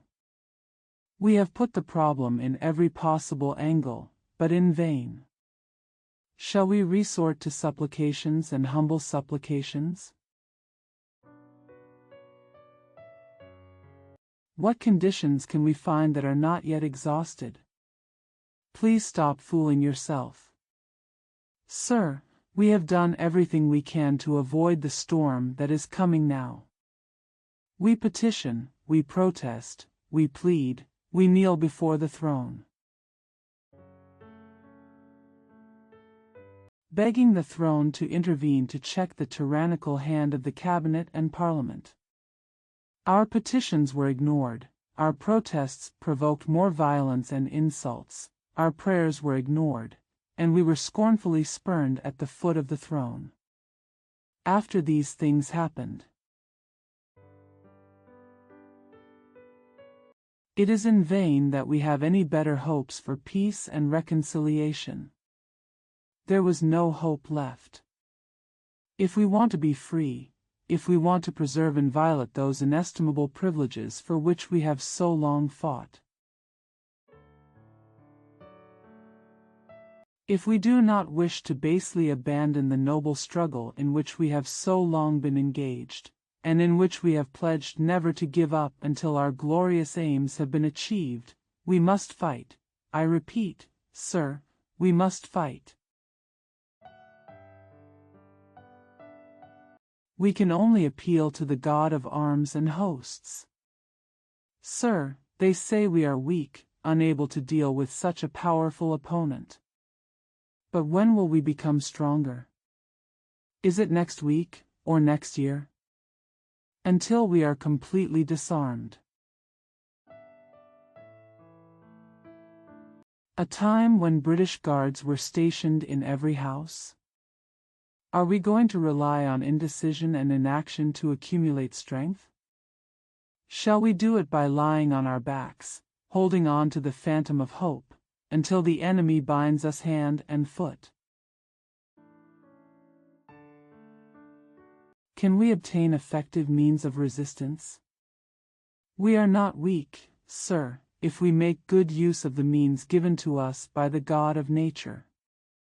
We have a country where 3 million people are armed for the sacred cause of liberty. Any force our enemies send against us is invincible. Besides, sir, we don't do this alone. There is a righteous force that governs the destinies of nations, and he will summon friends to fight for us. The battle is not for the strong alone, but for the vigilant. Things for the active and brave. Besides, sir, we don't have the right to vote. If we are emboldened enough to aspire to elections, it is already too late to retreat from the competition. There is no way out, only submission and servitude. Our chains are forged. Their tinkling can be heard across the Boston plains. War is inevitable, let it come.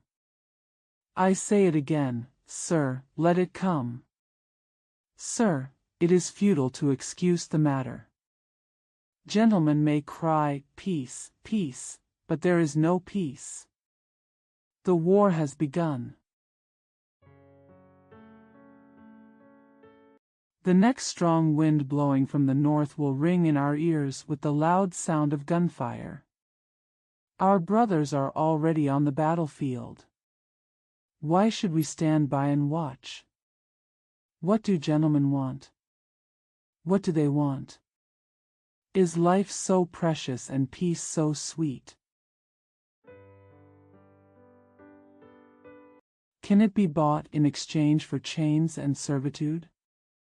I don't know what others would do, but for me, it's either give me freedom or give me death. 2. Relive in your imagination the solemnity and grief Lincoln felt at Gettysburg Cemetery.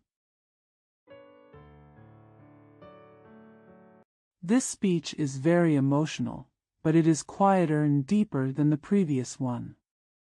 The purpose of Henry's speech was to get people to take action, but Lincoln's speech was only dedicated to the final resting place of those who took action. Read and reread, see page 50. Until it burns deep in your soul. Then write it down and recite it over and over again to express your emotions. 3. Suggestions for practicing Beecher's speech on Lincoln, page 76. Thurston's speech on Scream for Cuba, page 50.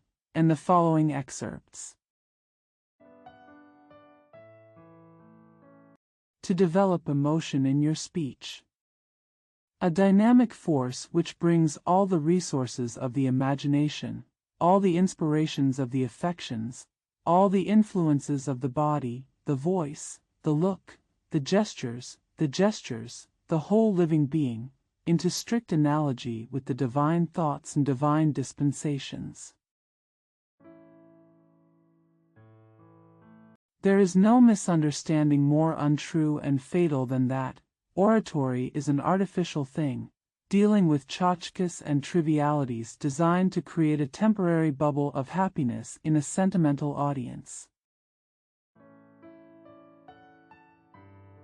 Speech, on the other hand, is the dedication of one's whole being to the most noble purpose one can achieve, to educate and inspire others with knowledge, thought, emotion, and everything that is in all people, and to convey these things to them through the channels of taste and beauty.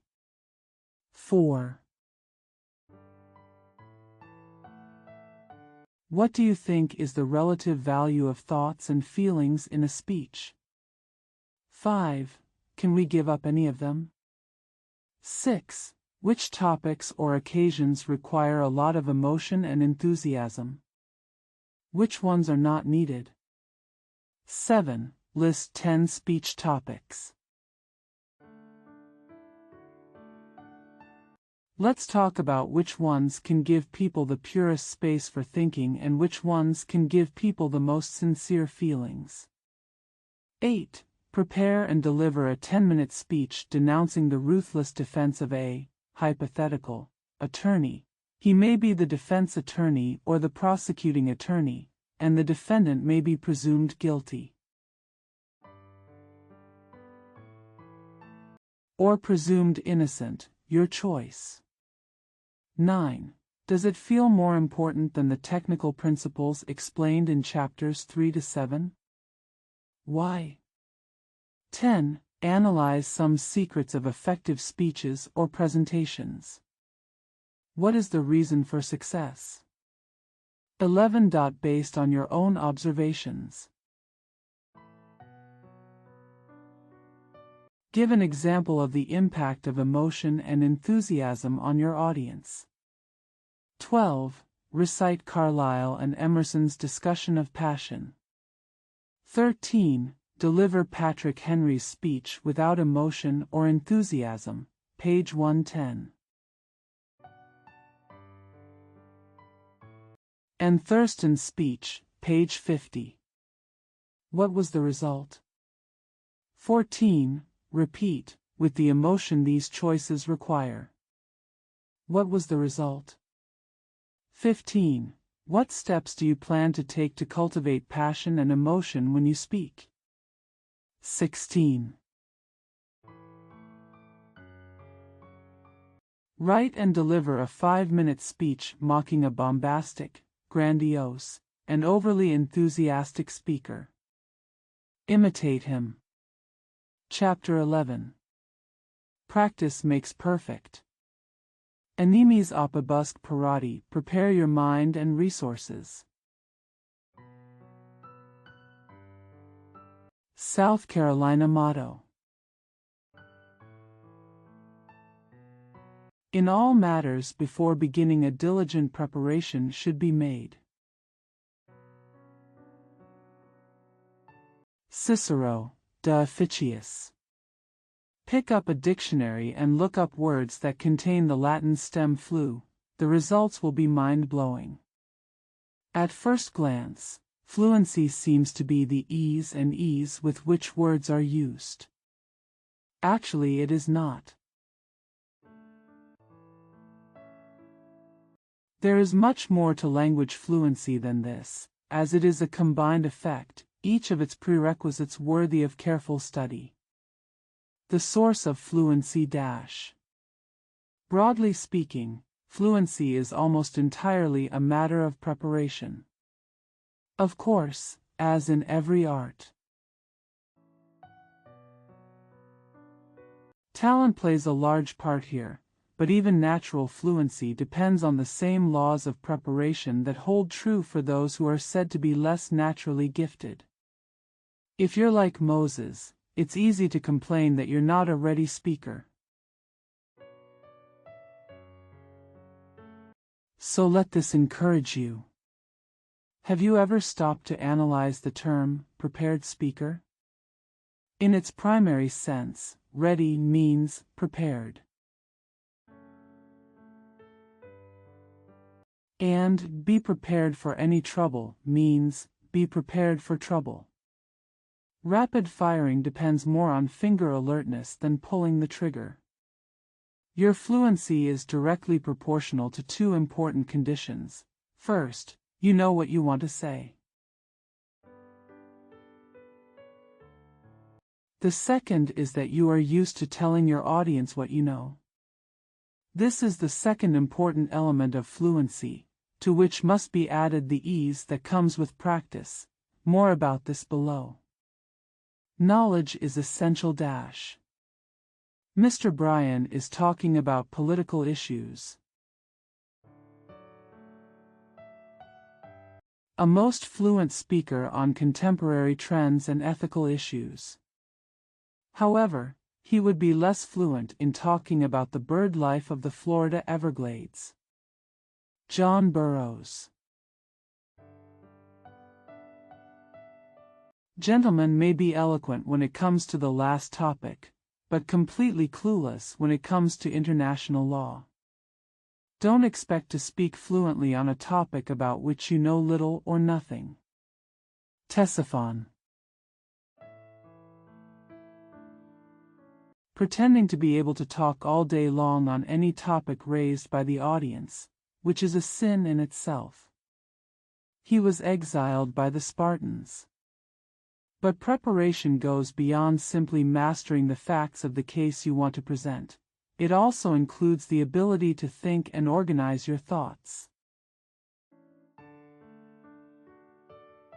A complete and accurate vocabulary, an easy way of speaking and breathing, a lack of self-consciousness, and other characteristics of effective expression that deserve special attention elsewhere in the book rather than in this chapter. Preparation can be general or specific, usually.